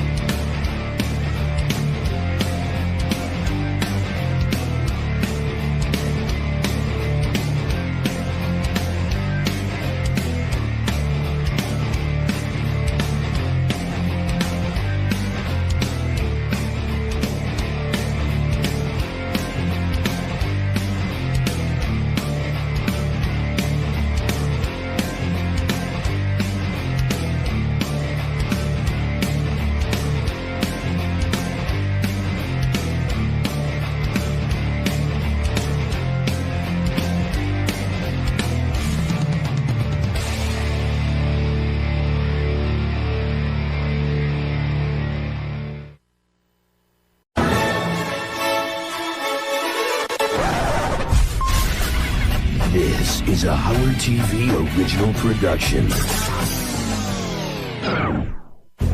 On this episode, Ronnie gives a whole new meaning to block party. What a stupid bitch! Stern fans get more than they bargained for.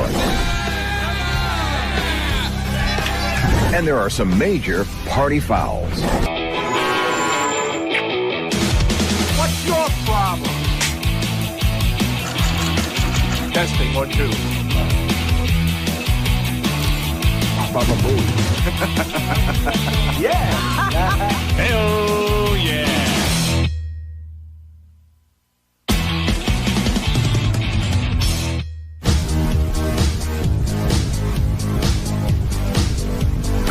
This Saturday night, Ronnie Munn takes the stage at the Allentown Brew Works in Allentown, PA, to host Ronnie Munn's block party. We were looking to do some things to make some extra money, and I think Shuley came up with the idea of Ronnie's block party. Oh, I need money. And, so we finally said, look, I'm going out on the road. Why not you guys join me? Any predictions that you can think of for this comedy show that's going to go down with Ronnie and Scott? Failure. It's unimaginable to me that they would be starting any kind of party around Ronnie. Ronnie is the opposite of the word party. To get your predictions on how you think this show is going to go in Allentown with Scott and Ronnie. I'd rather be in Japan for another tsunami. On paper, home run. You got a DJ, you got a host, you got a block party. The Brew Works in Allentown, it was a nice venue, good people. So, that was the first block party show. That's where we kicked it off at. Scott's upstairs right now working the audio. I'm trying to... Okay. What is he doing? Wait. He's working the audio? What is he doing? Working the audio. He's testing. Plugging his phone in? Yeah, he did. Swear to God, he got some nice drops. Pop real quick. It works? You plugged it in? Plugged it in. It's working. TOPLESS. Oh, shut up, asshole. He's got 4 sound bites in that fucking phone. He's got 5 songs, and he plugs it in, to a mixing board. We're all set. We got to the first meet and greet, and first thing Scott wanted to know, where's the food? Meet and greets make me feel good. I like that there are people that will spend the extra coinage to meet us, shake our hand, tell us, how we get them through a tough day. The thing I love the most about the meet and greets is seeing people walking away from meeting Scott and seeing crumbs on their wrists and sleeves, because how rude of them to pay the extra money and not wait patiently while Scott eats his fucking chicken fingers.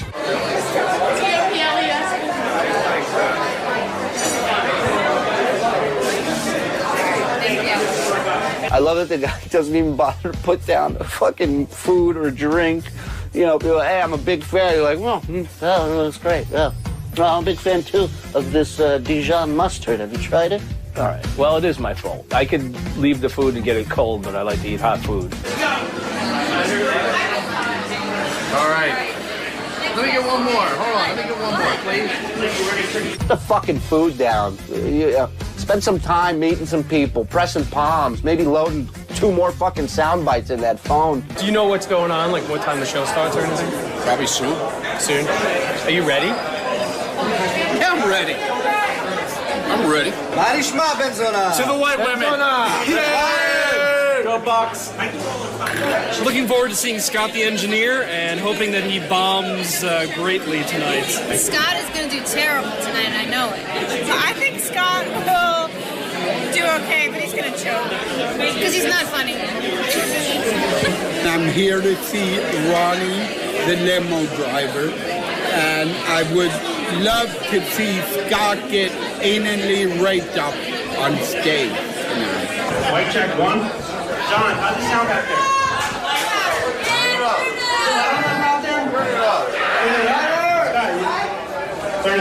The way they had it wired didn't make sense to me, and I couldn't go unplugging things in the middle of the show. When you're working with a phone as your DJ equipment, what do you expect is going to happen? I mean, you're going to have issues. You want it louder? Louder! A little louder. Shuli, is that good? You know when there's not sound issues? When Scott is not in charge of it. When the venue has a sound person and they set it up. And of course, you know Scott's excuse. I'm not really the sound guy here, though. You know, I'm not responsible for... Well, I didn't set it up. This isn't my system. Somebody here has to know that. Aren't you an engineer? Aren't they all the same thing after a while? There was sound problems, and the biggest problem is we have an engineer who can't fix them. I mean, bring real equipment if you're going to be a DJ. All right, now come up to stage. It's his block party. And you guys know him as Ricky, man. Here's Ronnie 1.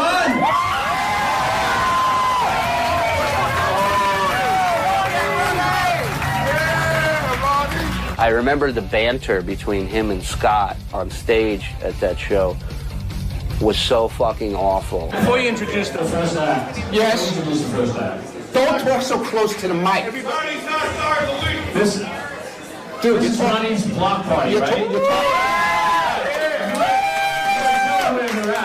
Yeah. Ronnie's block party. It's my block party. So what do you like to do at your block party? The hokey pokey. We need a few volunteers. Who wants to come up to the stage and help Ronnie do the hokey pokey? What a stupid bitch. I thought they were great because of who they are, but I didn't think they were that funny. Does that mean? I didn't mean to say that. Thank God I'm not a comedian. I'm only the host. So don't fucking throw anything at me. You want to throw anything? Throw it at the bald bastard over here. All right? Who called for you? Thank you. It's my fucking show. I'm the host here. Why don't you bring my name into this? I didn't say your name. I said bald bastard. Ronnie and Scott were both very disappointing. It's not that they were terrible comedians, they were just boring. I thought Allentown was really good. It really worked well. There was a lot of people, and we had a good crowd, and I thought it went really well. Scott's the engineer, you know? Everything was fucked up. Sound was fucked up. Ronnie was Ronnie. I think it was good. It was a train wreck, but people enjoyed it. Ronnie didn't do much of anything. It was his block party, but he did shit. For me, anyways, especially with this show, you gauge it on, well, is everybody still at the seats they were at when the show started? Check. We were in awe of like the whole scene. Yeah, overall, the whole concept was awesome. I wouldn't say they could sell ticket anywhere else outside of non-Stern show fans. If the Stern show was no longer going, there would be empty. There wouldn't be no. Yeah, they wouldn't get that. Is that bad? Unfortunately. Is anybody demanding a refund? No, so that's a check. I think it went real well, man. Yeah, no, I think you were great. Like the energy was great. Seriously. No, seriously. I want you to be serious. I'm No 100% bullshit. serious. Because you had energy. That's the thing. The crowd feeds off the energy. Right. So you had the energy. You were into it. You were having fun. You made them have fun, and it's a funny combination of how excited you are and how not excited Scott is. Like, it's funny to see that transfer. I got nothing to say. I'll just let you talk. I mean, it's Scott. You can't, it's not like he was going to turn it up a notch for this show. I said to Ronnie, how'd it go? And Ronnie goes, it was great. And he says the people were fantastic. We thought the first party in Allentown really went well. So it was like, all right, we booked another one in Chambersburg. And he came to me and he said he doesn't really want to do the DJ thing this time. It didn't work. Good, let him stay home. It's not really DJing. I'm not playing to a crowd that's dancing. It's just dropping in some stuff here and there. It's nothing fancy or spectacular. All right, I'll stay home then. Fuck you. He wants to come to the show, but take all your money and fucking go fuck yourself. He wanted to scale back a little bit. He felt like, you know what? He was stretched a little too thin, a lot on his plate. Where's that coming? That's coming in from him not wanting to DJ. Because it didn't work out well. You want to do the hokey pokey again? Well, think of something else. We never did hands up. At this point, I'm just like, whatever, man. Whatever you want to do, You don't want to plug your phone in, DJ, don't do it. You want to plug it in, plug it in. You could be the mic stand during the show. Thanks. You just stand there and I don't know, what do you want me to tell you? I knew that Howard TV was coming for this second show. I knew they were a witness to what happened the first show. So I figured there's got to be something that I can do. We're getting ready for this Chambersburg show, and Scott asked if their hotel situation was set up. Him and Scott are going to have to share a room in Chambersburg. And truth be told, I have a room for everybody individually, but I'm just going to tell them they have to share rooms, and I'm going to try and get it to the point where the following morning I'm going to break it to them that they had their own room. So let's hope this thing works out, man. We got a lot planned for this show. Unfortunately, it's all behind the scenes for my amusement.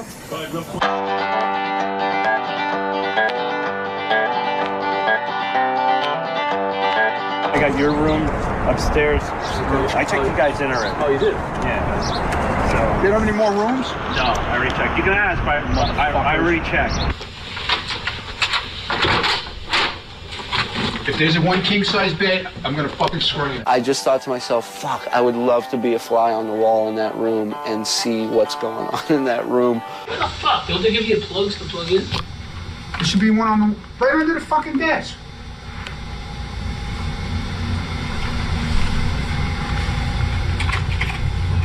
Howard TV was in on the Shuley prank, and I was the one who was going to capture it. Can I come in? No. What do you want? Just want to come in. For what? To hang out. No. I'm taking a shower and I don't want to be bothered. Get lost. He basically told me to go fuck myself. Tell Shuley, man, he's got a fucking problem on his hands right now. Shuley came up with this brilliant prank that me and Scott would have to share a room. So why you bullshit me telling me there's no fucking rooms for? What? You heard me. What? Why you bullshit me telling me there's no rooms? When I call downstairs, they tell me there's 5 rooms. Hey, you think it's a fucking joke? Seriously. I was pissed off at Shuley for breaking my balls because it took us 6 fucking hours to get there in traffic. And I was exhausted, and I just don't want to be bothered with this shit. Fuck you, man. Stick your fucking goddamn comedy show up your ass. You think I need this bullshit? Over a room? You getting this upset? Fuck you and your fucking shit, man. It's ridiculous. And Ronnie was screaming at me, and I'm just like, what's your problem, dude? Like, I'm doing a bad Ronnie to Ronnie. I'm going, what's your problem, dude? You send this fucking mook to tell me I got a room? Who has a room? Everybody has rooms. So, well, who needs it now? I already let took a us shower. take a shower. I'm going home after this. What's that? You let us take a fucking shower then together? You know, you That can't was only funny? go so far, man. To the front door. When we walk in the front door, that's when it should have ended. Oh, now you're pissed off? Of course. You carrying it too far. That's funny to a point. I'll never forget that. That's my favorite line of all the block party shows. It's funny to a point. So we're eating dinner before the show. And Scott sits down with us at the table, and he says, I've got an idea. And I looked right at him, and I go, I love it. Already, I love it. Here's what I'm going to do. I'm going to start some music. Bruno's going to start the fucking music playing. It's going to play for about a minute. I'm going to go out, and I'm going to start dancing around in the audience. Well, look, Scott's got to do something at these appearances. What is it he does is beyond me. So the fact that he gets up and dances around makes more sense than anything. I mean, he's not a stand-up. He's not a guy who can light up a room in any circumstance. So The idea of him running around dancing makes some sense, I suppose. Oh my God! I saw this. Wait. This is what? Right at the beginning of the show? Right at the beginning. This is before I even get up, right? That's right, before you even get up. I was the fluffer. I'm the fluffer. I'm the How about if official- I just stand on stage while you're doing all this and just laugh? I'm the official fluffer. You know what the fluffer does? They suck cocks. I was going to come out first and kind of be the crowd fluffer. So I would do something really stupid. Put your hands together for Scott, the engineer.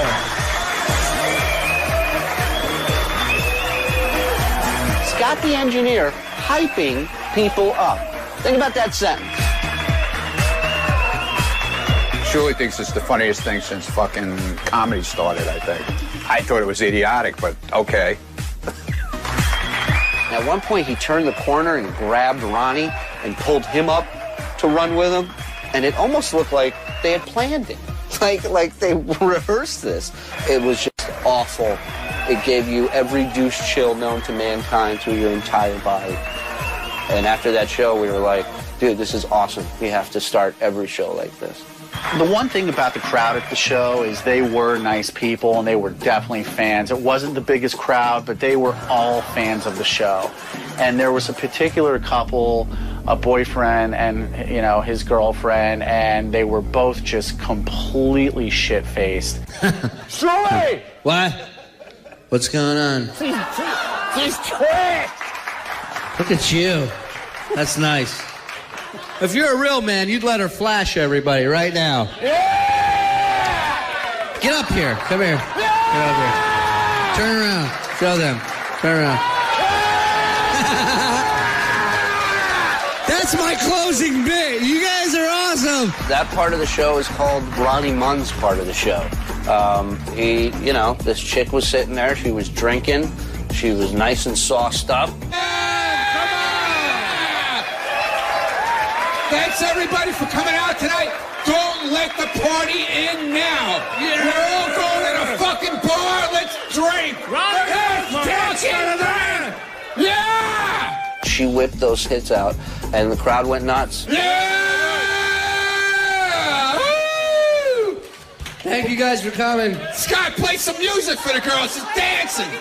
You stupid motherfucker. Scott, turn your phone on and play some music. He's such an asshole. They had a good time. She's showing her tits. She's having fun.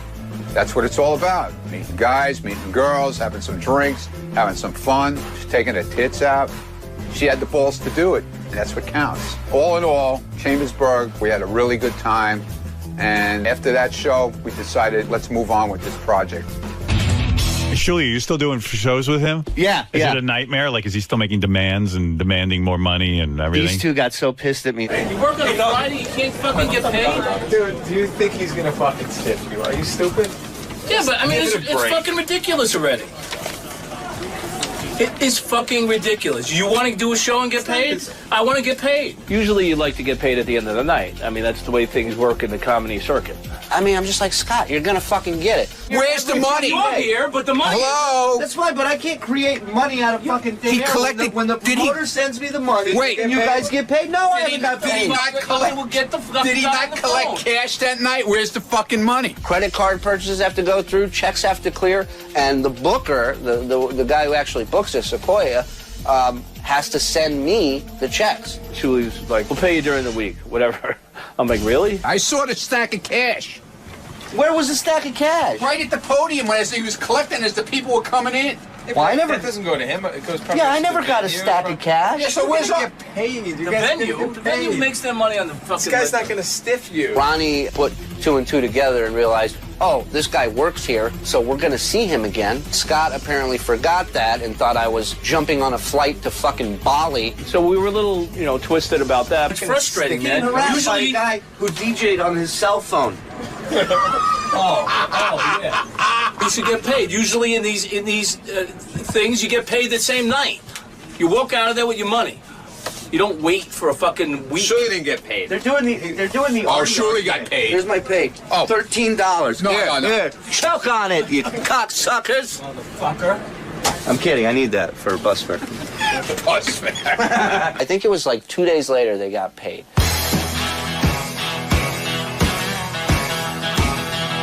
The one in Philly I was pretty nervous about because I wanted us all to enjoy ourselves. Love Ronnie!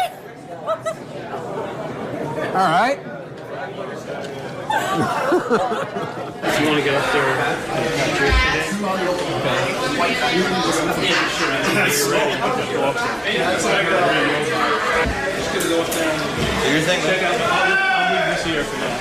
Get to the club in Philly, which turned out to be small. I had a DJ booth that was about 3 stories over the stage. I was hoping for a ladder slip on the way up and like hitting his chin on everything. The sound system wasn't working properly. It was all screwed up. Yo, Scott, what are you doing? He's going check, but he's not saying. Again, with the sound system, I think Scott fucked that one up, I think. In some capacity. I don't know what was going on. I'm the entertainment. I'm not responsible for the sound system that a particular club has. Because Scott wants to earn his money, he better do his fucking job. Everybody else is. Guy's fucking just pitiful. His new name, DJ Lazy. All right, you guys ready for a good show? All right, so let's get this block party started, all right?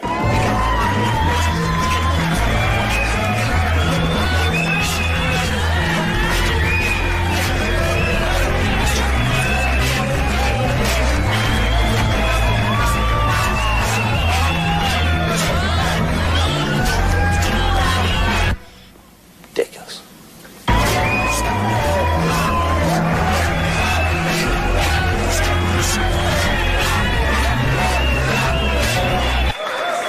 What? That sounded like shit. Holy shit! What was that? Oh! Holy shit! Turn up, everybody's drinking. Are you sure? Then I can go home, right? You don't fucking need me here. Fuck that. Scott, can go home. Scott, what are you doing, man? What's with you up and down the stairs? You're a fucking nervous wreck. What is your fucking problem? I love Philadelphia, man. I love it. No Cavaliers. Oh, wrong city. Can everybody hear us? Can you hear us? Can you fucking hear us or what? Philly was not a good representation of the block party. All right, let's get this show started. All right, we had this guy with us in our first show in Allentown. Shut that fucking music off. Everybody's cool here, right?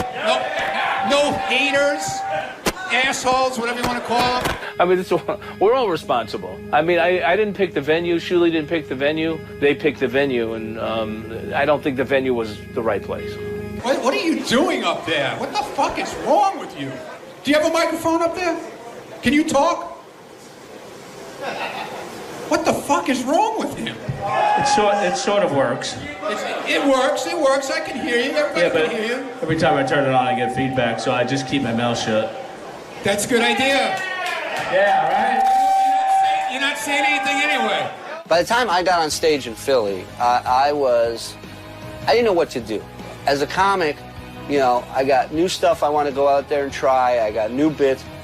But as a human being, I cannot sit here and ignore the fact that we put these people through a very bad show. Listen, the name of this show has been changed after tonight. It is no longer the Ronnie Munn Block Party Tour. It's called the Titanic, because this is a 2-hour fucking sinking is what we're in. Jesus fucking Christ. Didn't like the show. I think they'd rather pay to come hang out with us than to see a fucking show, you know? That was my impression that whole night. Fuck! That's all I gotta say. It really didn't go well in that one, so we didn't know, what to expect going forward. I think it probably ended up being one of the weakest block parties, and I don't think anyone was sure that the block party would continue after this Philly one. Philly didn't end well. A lot of doubt, a lot of self-inventory going on, and I'm pretty much coming up with empty shelves. I'm saying it's over.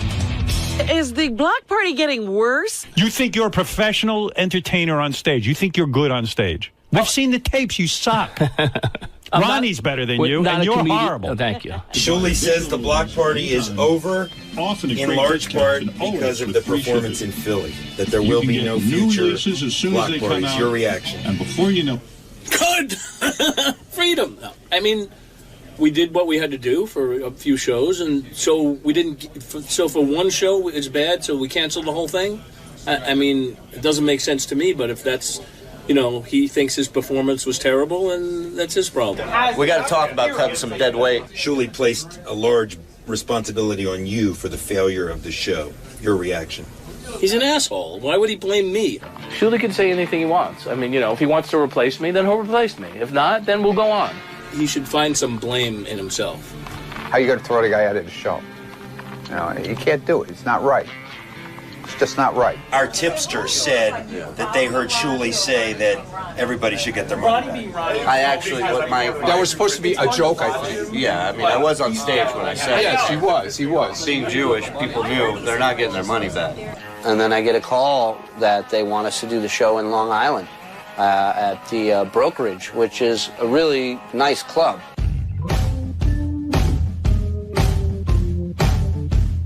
Club called the Brokerage, which is a real comedy club. This is the first venue that we were going to do that's actually a comedy club. So everybody was excited about it. Sal's coming down a little bit. Oh, look at that. Ronnie Munn block party. Hello. Look at a girl. Sal did show up, and right away, him and Ronnie start going at it. It's Ronnie's retirement party. Listen, all right. Shots of Metamucil. He showed up, and he started drinking right away. And then I guess he was talking to Shuley, and Shuley asked him if he wanted to do some time. And Shuley came to me and said, We'll throw Sal up for a few. Are we really? Yeah. I don't want Sal. Yeah, when do you want to inject him into the show? I said, I don't care. It's great. But Sal, of course, said that I didn't want him up there and all this kind of bullshit. I would never do that. What do I care? You know? I'll bring you up. I'll do 3 minutes. No, you're not bringing him up at all. Who you think? You're taking my shit away? Get the fuck out of here. Ronnie was feeling good. He was confident. We had a full house. And Ronnie's telling him, I'm in charge. He's like, you're not going up unless I say so. He doesn't get what I'm saying. Battle of the hair still product. bring me up, and you still bring... I'll tell you when you're up, okay? Wow. This is our fucking show. It's not the Sal show. Wow, I think Sal kind of took that the wrong way. I don't get why Ronnie was being such a dick. I guess it's just Ronnie. Maybe he was thinking that, you know, this is his show. He's the big attraction. He's Mr. Personality. I mean, the guy obviously is a phenomenal comedian. I think when he saw me, he might have been slightly intimidated. Sal, you forgot your fucking stupid electric cigarettes. You fucking moron. Hey, Sal. Let me. Holy shit, did this guy suck shit or what? When he was done, Sal wouldn't get off stage. He was arguing with Ronnie on stage. Get off! Somebody kicked him out of the wheelchair! Get off the wheelchair! I can walk! Thank you! Thank you so much! Get off the fucking stage, you moron. I'm standing.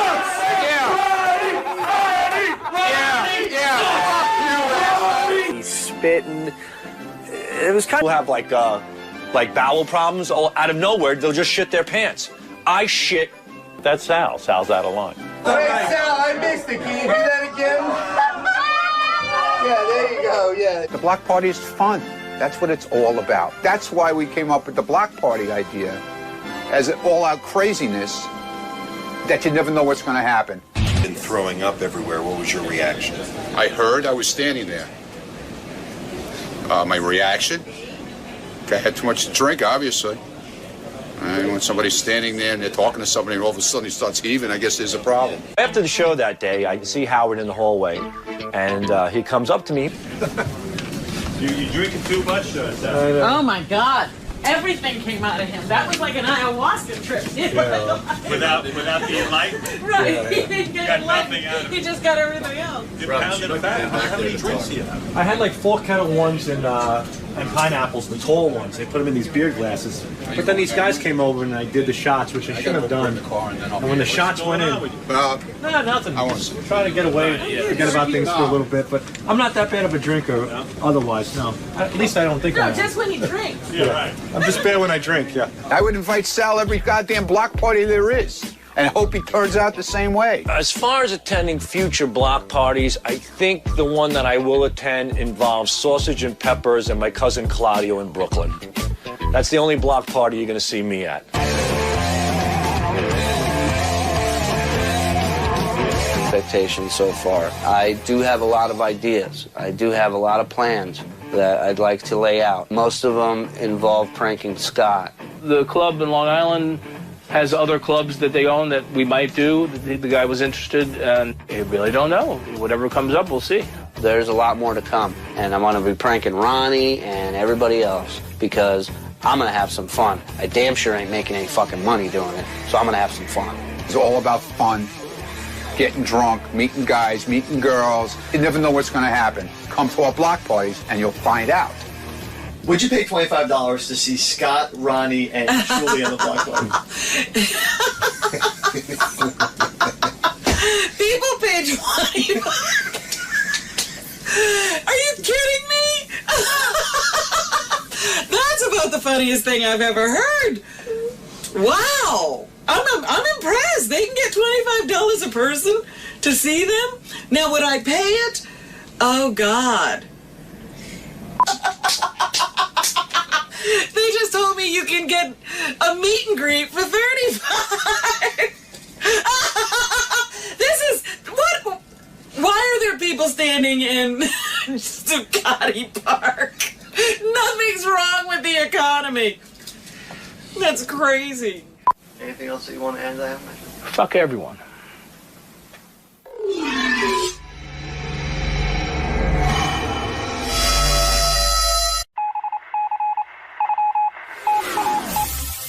This is the best of the wrap-up show. A recap and behind-the-scenes look with John High and Gary Dell'Abate. The best of the wrap-up show begins now. Hey, it's Gary Dell'Abate. And on Monday's wrap-up show, we talked about Benji, how he's got this new girlfriend, and how she's created a new look for him, and how Benji's changing the way he looks. And is Benji Benji anymore? Is he being someone that he's really not? And then somebody called up and said, do you know who the real Benji is? So we're trying to figure out, is Benji changing just to get laid, or is he just evolving?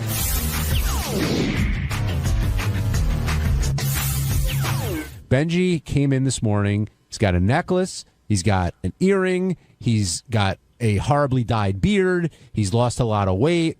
And I guess it's fair to say he's doing it all for Elisa. Okay, how many of us here have ever gone through a phase with a girl, except we all, I think, have done it when we were a lot younger, where you changed a little bit for a girl you really liked, and then you look back on it, even when you see pictures of stuff, you go, oh, that was the Amanda phase, which I'm really embarrassed by. I think every guy goes through that at one point. But much younger. Life. Yes, but the thing that I worry about with Benji, and we'll ask him when he gets here, is does Elisa like Benji for who he is, for who she wants him to be? Is she playing him? What do you think's going on here, Gary?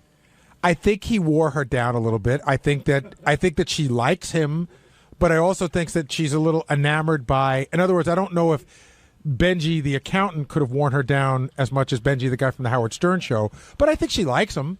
And everybody's commenting how Benji looks better with these changes. He's lost weight, his skin cleared up, whatever else, but I worry that, and Benji's here now, I worry that, Benji, you're changing for this person.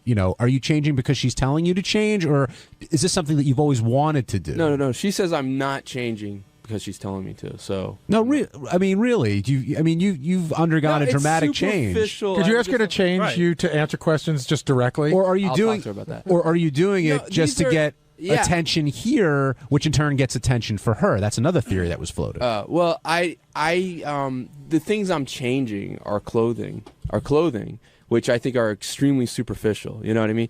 And I enjoy it. I want to look my best, and Elisa's giving me suggestions of what looks best, and I like it. I like looking better, and I think this does. I am losing weight. I think dressing better. How you losing weight, by the way? Hot. I've been throwing up and working out.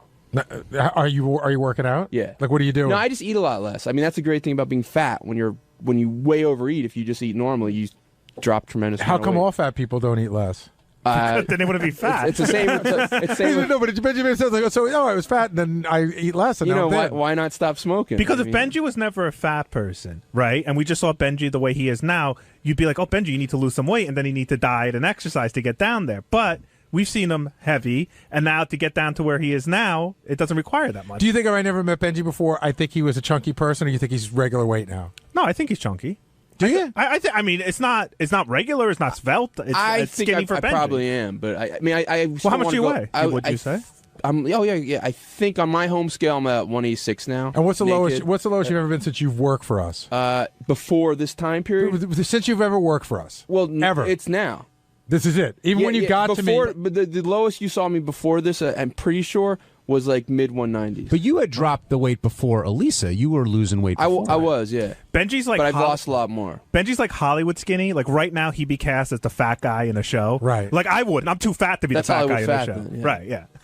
And, Hollywood skinny. And Gary, you noticed when Benji's age came up today, there was a little bit of a different tune. I thought for the first time ever in the history of the show, Benji admitted that at times he's lied about his age. Yeah. Which you never have before. You never admitted that. Yeah. Yeah, what? I have. No, you haven't. Huh? You said I don't lie about my age. That's right. You went to school for 9 years? Oh, in and out. All Penn State? No. Mostly Penn State. I mean, I graduated. I got to ask you a question. You do have a degree from Penn State, correct? That's documented. That's documented. Yeah. You graduated. That's you can find documents. And what were you doing? You were exploring other avenues of things you may want to do in life? Were you dropping in, dropping out, that kind of thing? I got kicked out of a college, and what for? Underage drinking. Okay. And and then I also